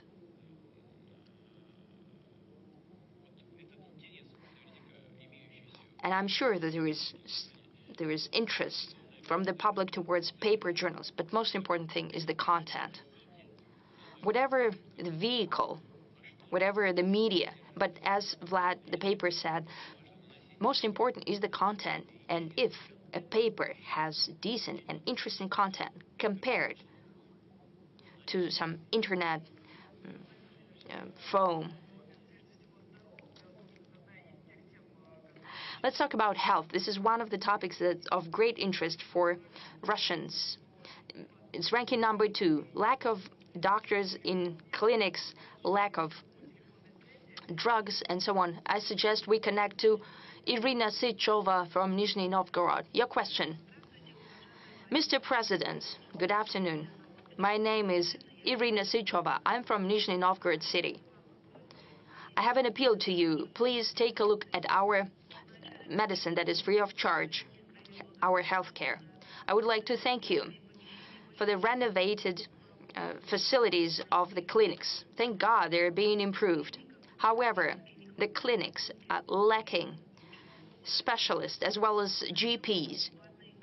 Doctors are leaving for commercial clinics. What are we to do? We pensioners. I cannot sign up my father for a visit to cardiologist. The doctor receives patients only once a week. There is no electronic queue because the doctor is not fully employed at the clinic. You have to start standing in the queue at 5 a.m. to get to sign up for the visit. And the queue is standing outside till 7 a.m. Many elderly people cannot stand up to the test of that. We hope that you'll be able to look into that and sort this out. Thank you. Irina Sychova. Madam Sychova, the issues of healthcare are something we have to look at in a broader context.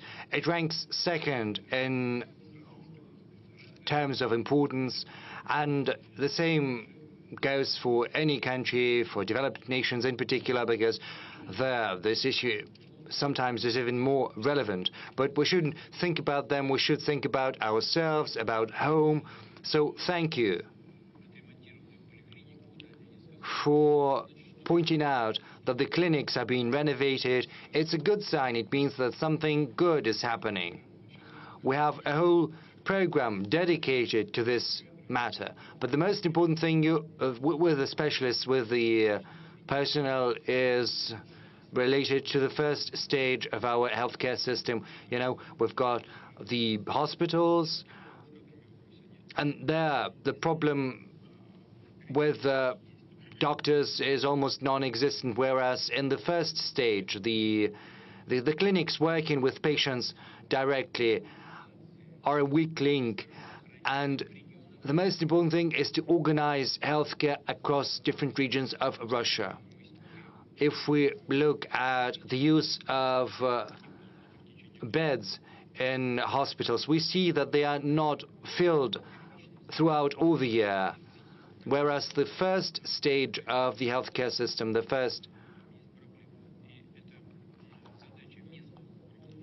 stage has this problem. The thing is how we reallocate the burden and how we make sure that it's spread out evenly throughout the year. The healthcare ministry is trying to attract as many new graduates as possible to hospitals in rural areas and smaller towns and settlements. We're giving an additional 50 or 29,000 rubles. as a premium to those young people who are willing to relocate to smaller towns, and we have seen 17.5 thousand influx of new specialists to rural areas, and we have to continue working on that, and we have to move at a higher pace than we are doing right now. Colleagues will probably help me. We'll jot all of that down, and we'll help you with your father, of course. Let's keep on medicine. We have a smaller number of questions as compared to last year related to deficit of drugs, but there are problems for drugs on prescription. A pensioner from Kerch is writing that she needs drugs against cancer, but unfortunately drugstores cannot provide her with that because they're simply not there on shelves, and she has to pay from her own pocket. And there is also a lack of saline solution. So people who've got diabetes, they are facing challenges with the supply of insulin. Rashida Iudinova writes to us that in Neftejugansk she cannot get insulin from hospital, nor can she buy it from a pharmacy. From Saratov region, a person writes that he has problems with insulin and also blood sugar test strips. So, Mr. President, what do you think of the current stages of our pharmaceutical industry, and how do we provide our patients with the medical care they need, in particular the drugs they need? This is a question of the utmost importance, just as the supply of medical specialists. Pharmaceutical industry is one of the most important avenues we're pursuing. When I was the chairman of the Russian government, that was back in 2008. Back then, we embarked on the path of building our own pharmaceutical industry. Back in 2008, we started talking about that. We drafted programs dedicated to the subject. In 2009, the first programs were set forth. They bore different names, but the substance has always remained the same, and that substance is building our own pharmaceutical industry. I do not remember how much money we allocated back then. Pharmaceutical industry was being developed thanks to the government support, to a large extent, using the money earmarked from the federal budget. Whereas currently, our pharmaceutical companies, for the first time in history over the several last years, have started channeling their own money into research and development to the tune of dozens of billions of rubles, I think 40 billion rubles or so. They've got their own development programs.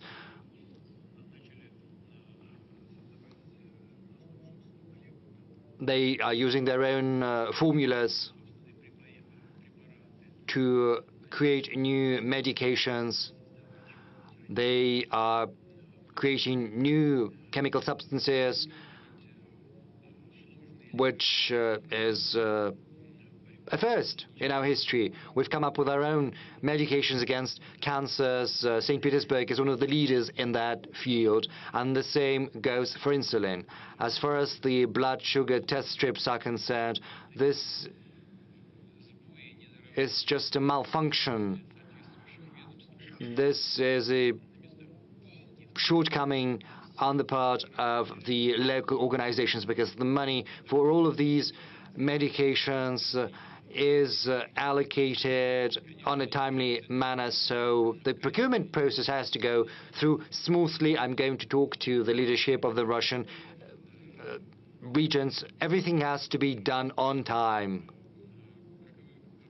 And of course, you need to take into account the requirements of the market. we have a special program dedicated to the development of the pharmaceutical industry, which is currently part and parcel of the technological leadership program. There's a special subsection within that project related to essential medications. By 2030, we need to supply 90% of our own medications, and as far as medical equipment is concerned, the figure is 40%. So we are making good headway, but of course we've got all of this big work cut out for us, and malfunctions do happen. I know that you have spoken about deficit of insulin. Well, actually we have enough of insulin. The same goes for saline solution. I'm aware of that. I'm trying to follow all of that as far as saline is concerned. It's not about saline, it's about packaging. It has to be supplied on time. Two ministries, the Ministry of Healthcare and the Ministry of Trade and Industry, did not take the timely decision on the price of the packaging. And the price was not competitive for the producer, so they had to buy some of the packaging from abroad. Right now, the decision has been made, and I'm hopeful that these malfunctions will not happen in the future. But we'll have a look at all of that in future. Mr. Peskov, over to you. Yes, let's move back to the audience. You know, we won't get far this way. Well, let's not do it like this. You know, we'll be plunged into chaos, and we won't be able to deal with that. I'm sorry. Ksenia Aksionova, Spas TV channel. You know, there's a person whom you have great respect for. That is the spiritual father, Father Nostrin. He said that we need to prohibit abortions, four-letter words, and we also have to bury Lenin's body. The first thing, the patriarch has said that abortions have to be prohibited because they only mutilate the bodies of our people. Secondly, you have spoken about the four-letter words. You said that it's basically invoking dark forces, and I would like to ask you about dark forces because right now Russia is plunged into renaissance of occultism, readily available pornography, and people spend more money on pornographic websites and extrasense and spiritualist than on anything else. And the third component is burying Lenin. I'm not talking about the assessment of his activities, but about respecting the will of his family, because, you know, an embalmed body in a mausoleum is a godless tradition. What prevents us from burying the body of Vladimir Lenin? Well, I am confident that these are not the questions for the big press conference. These questions are very sensitive as far as abortions are concerned. Of course, we have to think about respecting religious convictions. They have to be protected, of course, on the one hand. On the other hand, we have to address the demographic issues, but we also have to think about the level of welfare of Russian families with children. We have to think about their future, and we also have to think about the right of women to make these decisions. This is a very sensitive matter we cannot address during the press conference. Nor can we address the issue of pornographic websites. You know, there are some people who are not happy with the fact that YouTube is being slowed down. I think porn websites are visited all across the world. It's as easy as ordering, you know, a beefsteak on the internet. I think it's an issue not just for us, but also for everyone. what can our response be? You know, there can be bans and prohibitions, but you always have to come up with an alternative. You have to come up with something which is more interesting than a porn site. Like, so that you go for an alternative, because, you know, you've been to a porn site and now you have to go for something more interesting, more passionate, something that causes greater interest. But in Russia, in particular, we shouldn't make any step that would drive a wedge in our society. This is what I think. But Ilya is correct, of course. I like him, and he told me that, and I listened to what he has to say. Let's move to the other sector. You know, there's Kolesnikov. Yes, Andrei. Good afternoon, Andrei Kolesnikov, Kommersant newspaper. Good afternoon. Mr. President, it's been almost 3 years since the beginning of war. We've all changed profoundly. The war has changed each and every one of us. But what has changed inside you? Have you come to understand something about yourself? And another question, if you don't mind, maybe no one is going to ask that question. No one is asking it. Some time ago, Joe Biden, US President, pardoned his son, Hunter Biden, who had been convicted for perjury and the course of buying weapons. Everyone has expressed their opinion on this subject, whereas you chose to keep mum. So what do you think about that? Can you comment on it? Sometimes, you know, silence is gold. That's what they say. Sometimes it's better not to say anything. Thank you for the question, incidentally. As for the pardon Joe Biden gave to his son, even though he had promised not to do that. You know, this is a very delicate subject. We've got examples in our country's history. We know this famous painting, Ivan the Terrible and his son. We know about this painting. Maybe that's a legend, or maybe it's not, as is probably what happened to Peter the Great's son, Alexei. What happened to him? Maybe it's a legend, maybe it's not. Or what happened to Stalin? This was not a legend.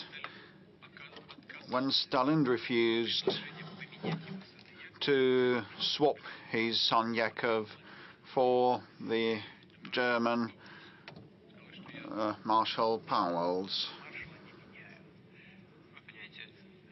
he said he would not swap a soldier for a field marshal. And back then, even surrendering into captivity was considered a treason. And, you know, the nation was on the verge of not a defeat, but a total annihilation, I would say, of the entire nation. So it was a matter of life and death, of survival of the nation. And the measures and policies taken to win were rigid, tough, and sometimes cruel. And given that sentiment that was supported by Stalin, he wasn't able to save his son. He said what he said and he did what he did, and his son was executed in a concentration camp. And Field Marshal Pauls was used during the Nuremberg trial, and no one expected to see him when he entered the courtroom. With respect to Biden, you know, he's a politician, so whether you have more a politician or a human always is an important question. It turned out that Biden had more of a human being, so I wouldn't condemn him for that. And there was also part number one. whether you have changed over the past 3 years. You know, we all keep changing every day, every hour.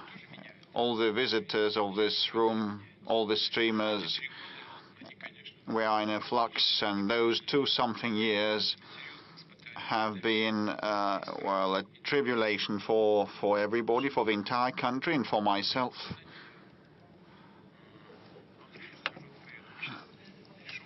And we keep joking.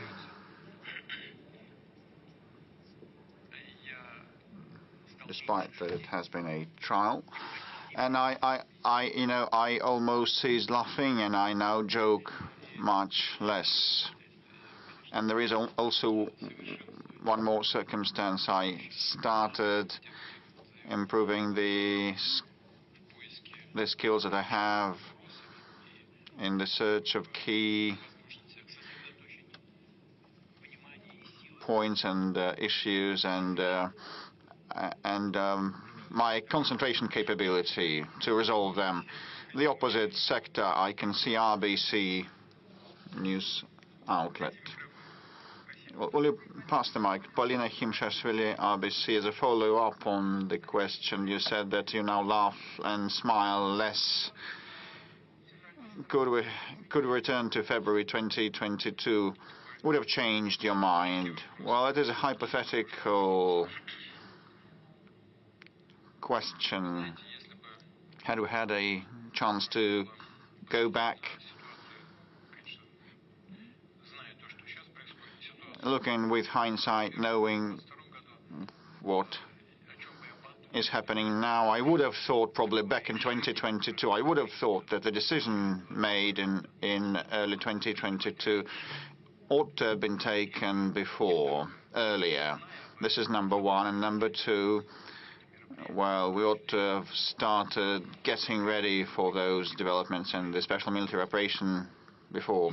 And the Crimean developments were kind of off the cuff, offhand, impromptu. And the 2022 also, we started because we could not tolerate it anymore and wait for the situation to deteriorate further. And the Kiev authorities stated directly in so many words that they would not implement and fulfill the Minsk set of measures, and they claimed to obtain the WMD, and we figured out that we had been deceived with respect to the Minsk arrangements, and the massacre had lasted for 8 years, and they just dropped it aside. And we saw that the military stationing of those territories began, and the annihilation of all things related to Russia began, and we could not carry on like that anymore. They compelled and forced us. Had we known in advance what would happen, we would have prepared in a systemic, real, serious way. This is what I would have thought.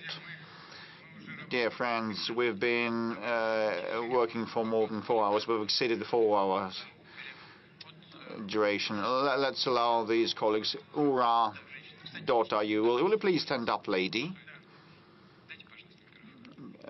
Pass the mic. Thank you, Mr.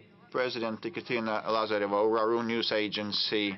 You have mentioned some of the European leaders. So I would now ask the following. In 2025, Russia will mark 80th anniversary since the victory in the Great Patriotic War, and you start inviting international leaders. Well, if we recall, this year France celebrated the Normandy Day, the Normandy landing day, and they didn't invite us. And the Auschwitz anniversary, liberation anniversary, also was celebrated. You were not invited. But have you submitted invitations to the former anti-Hitler coalition representatives to attend this future forthcoming anniversary? Is it important for you to see US, France, and Great Britain represented? As regards inviting us to events. We do not seeking anything like that. We are fine at home, and we should strengthen ourselves, and this is the overarching policy of ours. And second, we will never forget the sacrifice suffered by our nation and brought to the altar of the victory. We will never forget that. And other countries naturally today are trying to pass that into oblivion. This is part of their anti-Russian campaigning. But this is up to them. We will be glad to see everybody wishing to attend this glorious red letter anniversary. Well, I do subscribe some invitations, but it's principally the responsibility of Foreign Ministry. My position is that we'll be open to anyone wishing to attend. We'll be glad to see everybody, included the anti-Hitler coalition members who back then contributed considerably to the victory over the Nazi Germany. The United States and Great Britain with their northern convoys, and there were very many feats and heroes there, and some of the veterans have survived to date, and the British sailors were heroes. And when they disembarked in France, in the north of France, the Americans also acted in heroic ways, but their casualties and their participation, their contribution is not comparable to ours. And the Soviet Union lost 27 million, the United States 500,000 people only, the United Kingdom less than 400,000 people. In the First World War they lost 1.5 million. Conversely, so the contribution had different weights, but their participation was important. And but when I became president, we repaid everything. The Lend-Lease debt. Also, the Americans recovered that from us in full. And we have repaid that despite so many years. But we appreciate the contribution of the allies, and we'll be glad to share the joy of victory with them. We have lots of questions still. Let's ask someone in the room. Please don't make that much noise, otherwise I will conclude. Yamal, I can see Yamal wishing to take the floor. Mr. President, good day. Yamal Media, Zhazdin, and the Western countries have imposed more than 40. Even 40. Well, I stopped counting, but, imposed 40,000 restrictions against us. But, our progressive development in the Arctic is something that they have a grudge against, and they actually say that their goal is to do away with the LNG projects in the Arctic. What do they fear so much? Why are they so much afraid? Will they be able to hinder our pace of development in the Arctic? Well, they fear competition, actually. This is why they use politics for unfair competition. Novatek is a well-known company that is not a global leader. Other companies and countries produce more LNG, but ours keeps growing, and they want to impede that growth. This is kind of unfair ways to restrain competitors, and this is bad for them if they fight competition like this with non-economic means. That they will lose their competitiveness one day. It may not happen tomorrow, but that will happen for sure if they continue in this vein. Have they been impeding us? Yes, they have. They have been putting handicap on us. Will they be able to kill it off completely? No. They will do damage to us. But, we will find a way out supplying energy, given the fact that the demand for energy will keep growing in the global economy as it develops. This is the data of the global economic institutions and their opinion. So this product will enjoy demand in the global markets, and we will keep advancing our projects and increasing our share in the LNG market. And with respect to pipeline gas supplies, Ukraine has declined to extend the transit contract. It was Ukraine, not us, you know. Ukraine declined to extend the gas transit contract, despite the fact that they received $700 to $800 million per annum for gas transit. Now, the question is what is to be done about that. But this is not our problem. Ukraine has cut off our gas supplies to European customers and consumers. They've been eating from the hands of the West because they are not self-sufficient. They can live and wage this war only with the Western help, but at the same time the Ukrainians create problems for the Westerners, cutting off gas supplies. This contract will cease to exist. Okay, we can live with that, and Gazprom can live with that. And not long ago, our special services reported to me that sabotage actors were detained in Slovakia, and maps were found on them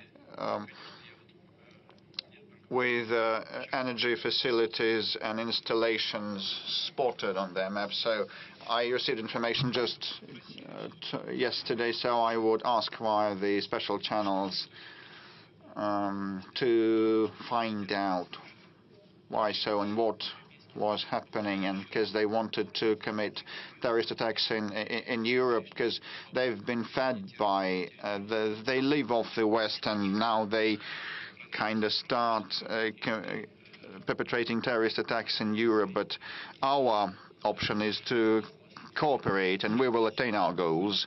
So space exclusion, and BBC, I also see BBC, you will be able to attack us shortly. You keep attacking us, and we just defend ourselves. Thank you. I represent the Chinese television, but you look very much the Chinese people of ours. I feel that, but I'm a Russian citizen, despite the fact that I'm considered a foreign journalist.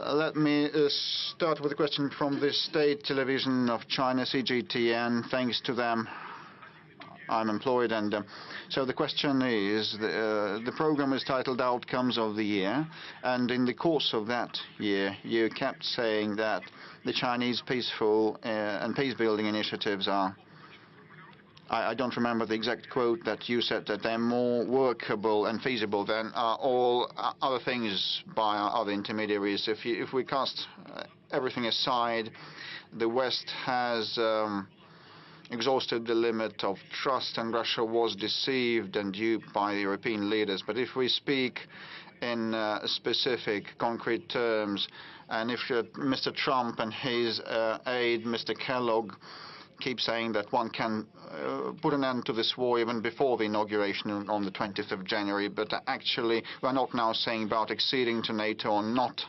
just seize the fire in an instant. Is that possible? Is Russia ready to make this important steps if the European partners and American partners would manage to persuade Kiev, because the entire world is tired of the Ukrainian crisis, and people in this country also want peace, and this would be a simple step. No one risks anything, just in an instant stop where things are. If someone fails to implement that, would not keep their word, this can resume. No one would lose anything.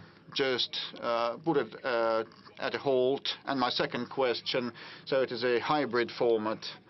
I live in Korolov, in the suburbs of Moscow, so I'd like you to hear the biggest scientific town in Russia So now at the Khrushchev Center, the National Space Center is being built, and the residents of the town of Korolov, just 250,000 people, just are bewildered, and they do not know whether we maintain this space capital status, because actually we need to have a special probably economic zone on the territory of the house building plant, because we should reinstate Korolov as the historical space exploration capital of our country. And we need a third entrance to our city, because we have huge of congestion. 4 hours we spend in those traffic jams.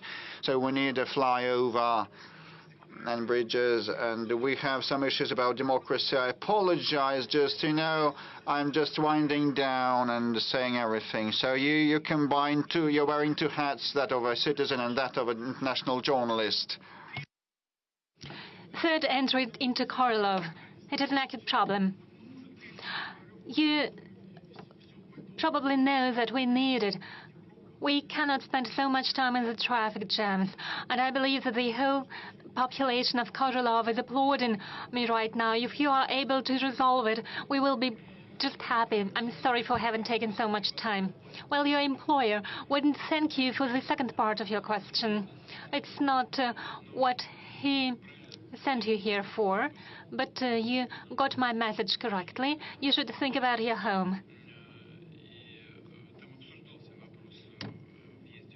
Well, actually, we raised the issue of the entry into Korolov. I remember it, I know it from our previous debates on the development of Korolov as a space capital of Russia. In Moscow, we are already constructing an important center. It is important for the development of the space industry, but the town of Korolov is a recognized center of space industry. I'm not going to go into detail, but Korolov, as a scientific town, undoubtedly deserves its due attention. I'll necessarily raise this issue with my colleagues, with those who deal with aviation and with space. There are different plans. The idea of establishing a special economic zones does have its justification and its reasons. I'm not going to pronounce the final judgment, but it is something we have to think about. And indeed, we should think of using the potential of the city. You are absolutely right in this regard. Now turning to the peace initiatives of the People's Republic of China and the People's Republic of Brazil, the South African Republic of South Africa. Why we find it important? It's because it is a sincere attempt to find a solution. From our point of view, this attempt is a balanced one, and it is not imposing anything on any of the parties, neither on Russia nor on Ukraine. And it is being done by neutral countries that don't interfere into the conflict like Western states do, that de facto fight against us with the hands of Ukrainians. So what they are proposing is something that we should think several times about, because they are a party to the conflict too. Well, about your proposal regarding the ceasefire. Well, you know, what's happening on the ground is attrition of the military equipment, munitions, and most importantly, the troops on the part of Ukrainian armed forces. We see the attrition. That's what's happening really on the battlefield. Our army is advancing. The adversary cannot get a foothold on and can entrench on the positions that it has left. They leave the areas, and even if they take over some areas, they cannot entrench in these regions. If we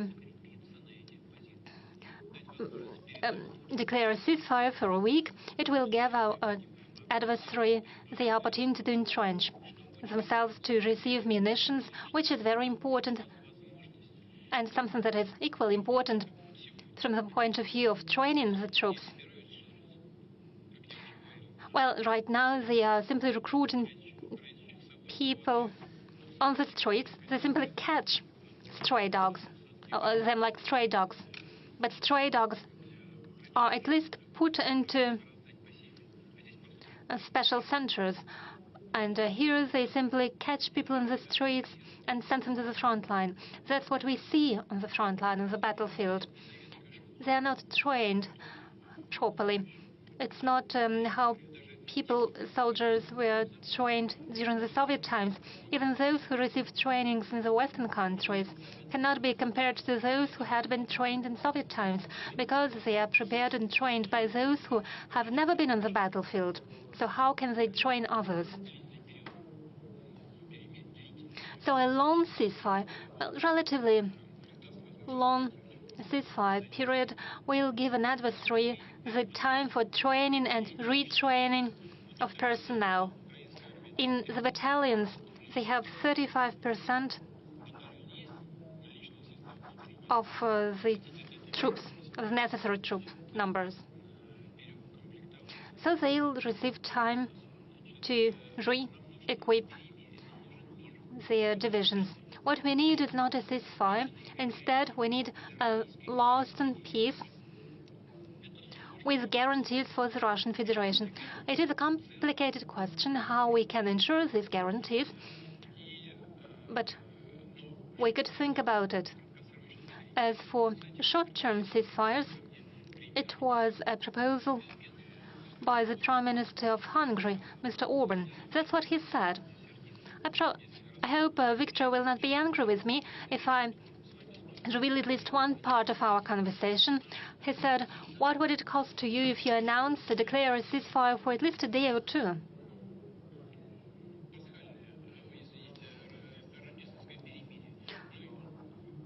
It could be a Christmas ceasefire. The adversary will not be able to accomplish anything with these 2 or 3 days. And I said, yes, probably you are right, but would you first talk to the Ukrainian side? At least 3 times did we agree to similar actions when it came to the navigation in the Black Sea, when it came to the energy infrastructure, and so on and so forth. Erdogan made proposals. Ask your president. He was a mediator, and as a mediator, he made a proposal. I said, I need time to think about it. Next day, I called him, and I said, okay, we agree. But next day, head of the Ukrainian regime said, no ceasefire, no talks. I called later on Erdogan, and he says, well, those are our partners. And now I asked Orban. He suggested a Christmas ceasefire, and he also proposed a prison exchange. I didn't say no. I said, well, I will have to think about it in principle, but go and ask them. He went and asked them. Next day, head of the regime said there would be no ceasefire and no prisoners exchange. That's the answer to your question. We've been on air for more than 4.5 hours.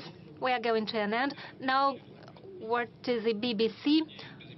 They promised to attack us. Well, they do so without any promises. That's what they receive money for. Exactly 25 years ago, Boris Yeltsin resigned office, and he handed over the power to you, and he told you, stay on guard. 25 years later, would you say you have succeeded in it?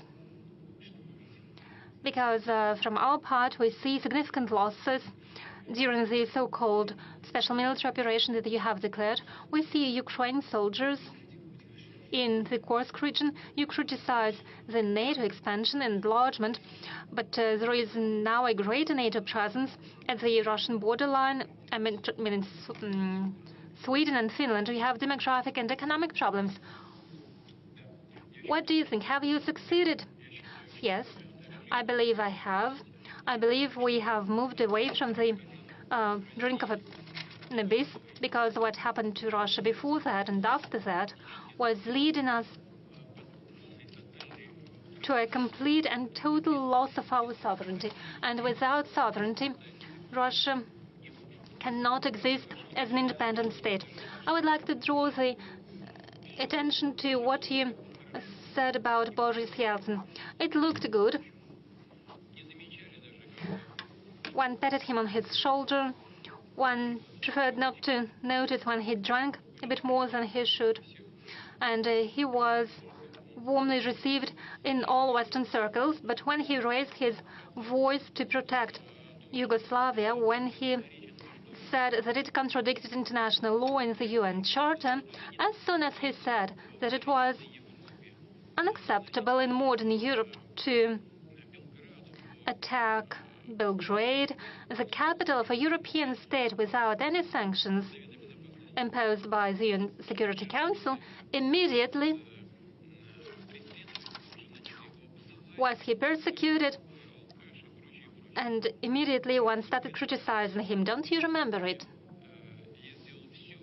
And I've done my utmost to make sure Russia is a sovereign and independent power that is capable of taking decisions in its interest and not in the interest of those states that tapped it on the shoulder in order to use it for their own purposes. It's where I could stop my answer. I understand that you provided many arguments to substantiate your point of view. You mentioned inflation. Yes, we have inflation. We are going to fight against it. But we have good economic growth.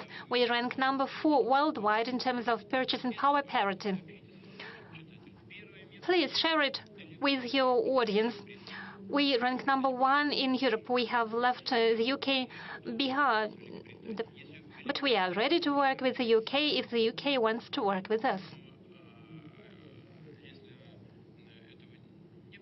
But if it's not the case, we can do without it. We can do without our former allies in the anti-Hitler coalition. Mr. President, there are many questions from the Russian citizens, so I suggest that we move on to the Blitz format. Do you have a personal dream? Of course I do. But it is a personal dream. May I please keep it to myself? A question from social networks. Alexandra Okupova asks, are you a happy person? Do you think it is a question for a Blitz? Shall I say yes or no?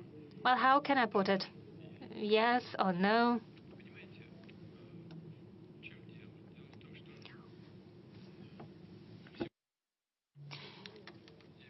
It's a well-known fact that I was born in a regular working-class family. As for my forefathers, they used to cross the Danube River, and I have a document that says that one of my forefathers was awarded the St. George's Cross for that. Later, all of my relatives on my mother's side, on my father's side, fought in the Great Patriotic War. Every second of them died. My father was invalided out of the Great Patriotic War. I used to serve in Foreign Intelligence Service, so my work has always been connected to serving the motherland. And the fact that the Russian citizens, the people, have entrusted me with leading the Russian state is a tremendous honor and tremendous responsibility. In essence, I could say I'm happy with that and thank you. However, but I should be more God-fearing maybe in saying, what else should you expect? What more can you wish? However, the happiness will not be complete until all of our guys return from the front line, until they meet their mothers and wives, until their children hug them, until our young people, girls and boys, create the necessary number of families necessary for us, for Russia, and have children. I really want our scientists and cultural figures and so on, I hope they can fulfill themselves, and then I can say that I'm happy. There was a question from St. Petersburg. Why are you being called different names by the foreigners and you don't respond it depends on the level of class. As I said before, they call the names due to their impotence. Why should we show our impotence then? We have enough arguments to clearly present our position. An SMS from Stavropolsky region. Do you have a task that you hate?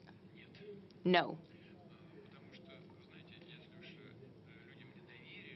If people have trusted me enough to perform the function of the president of the country, there are certain responsibilities. So I approach it in the way that I must perform them in full, giving it my all. But I know if I start hating something or not loving something that's part of my duties, then I will not achieve the necessary result. Therefore, I have created a mentality for myself that I need to do everything with pleasure. Novgorod region, whose portrait you have in your office? I don't have a portrait. I have an icon in one of my working offices. In another one, I have a bust sculpture of Lomonosov. Would you give political refuge to Zelensky because he will need it very soon? I don't think he will need it. It is quite possible. Well, I don't know how he will act. But quite possible, just like some people from the supreme leadership of Ukraine, they have traveled abroad. And quite possibly he will do so.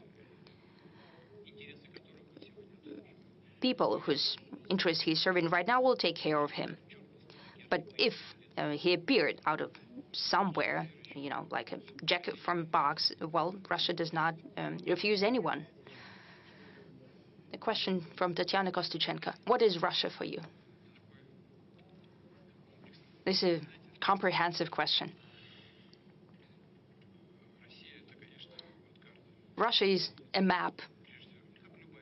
Just like any country, it's a tremendous territory. It's not only territory. This is history, culture, our customs and traditions. All of it is Russia. However, the most important thing is people.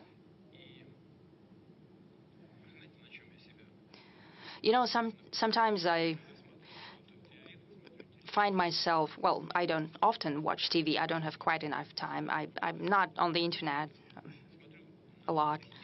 But when I look at the success and achievements of our people, there was a world championship, world swimming championship. I saw guys walking out, huge guys, very confident, performing, world championship champions and beautiful girls. I was looking at boys and girls who are achieving great success at the Olympic Games. I'm looking at my young scientists whom I met quite recently. Honestly, well, I look at that and I'm so happy about it. I rejoice at that as if they were my family members. I rejoice as if they're my loved ones. Therefore, I'm looking at Russia as at a family. We've been working more than 4.5 hours. We have answered many questions, millions of viewers. We have many questions ahead of us. Is there anything that you would like to tell to the citizens of our country? I talked right now about that I treat Russia as my family. Therefore, this is what I wanted to say. We're working, we're talking. On the eve of festive holidays, New Year and Christmas, I speak to many representatives of different religions, and they're saying that we all celebrate Christmas, just like our neighbors celebrate Qad al-Fitr and or Pesach and so on.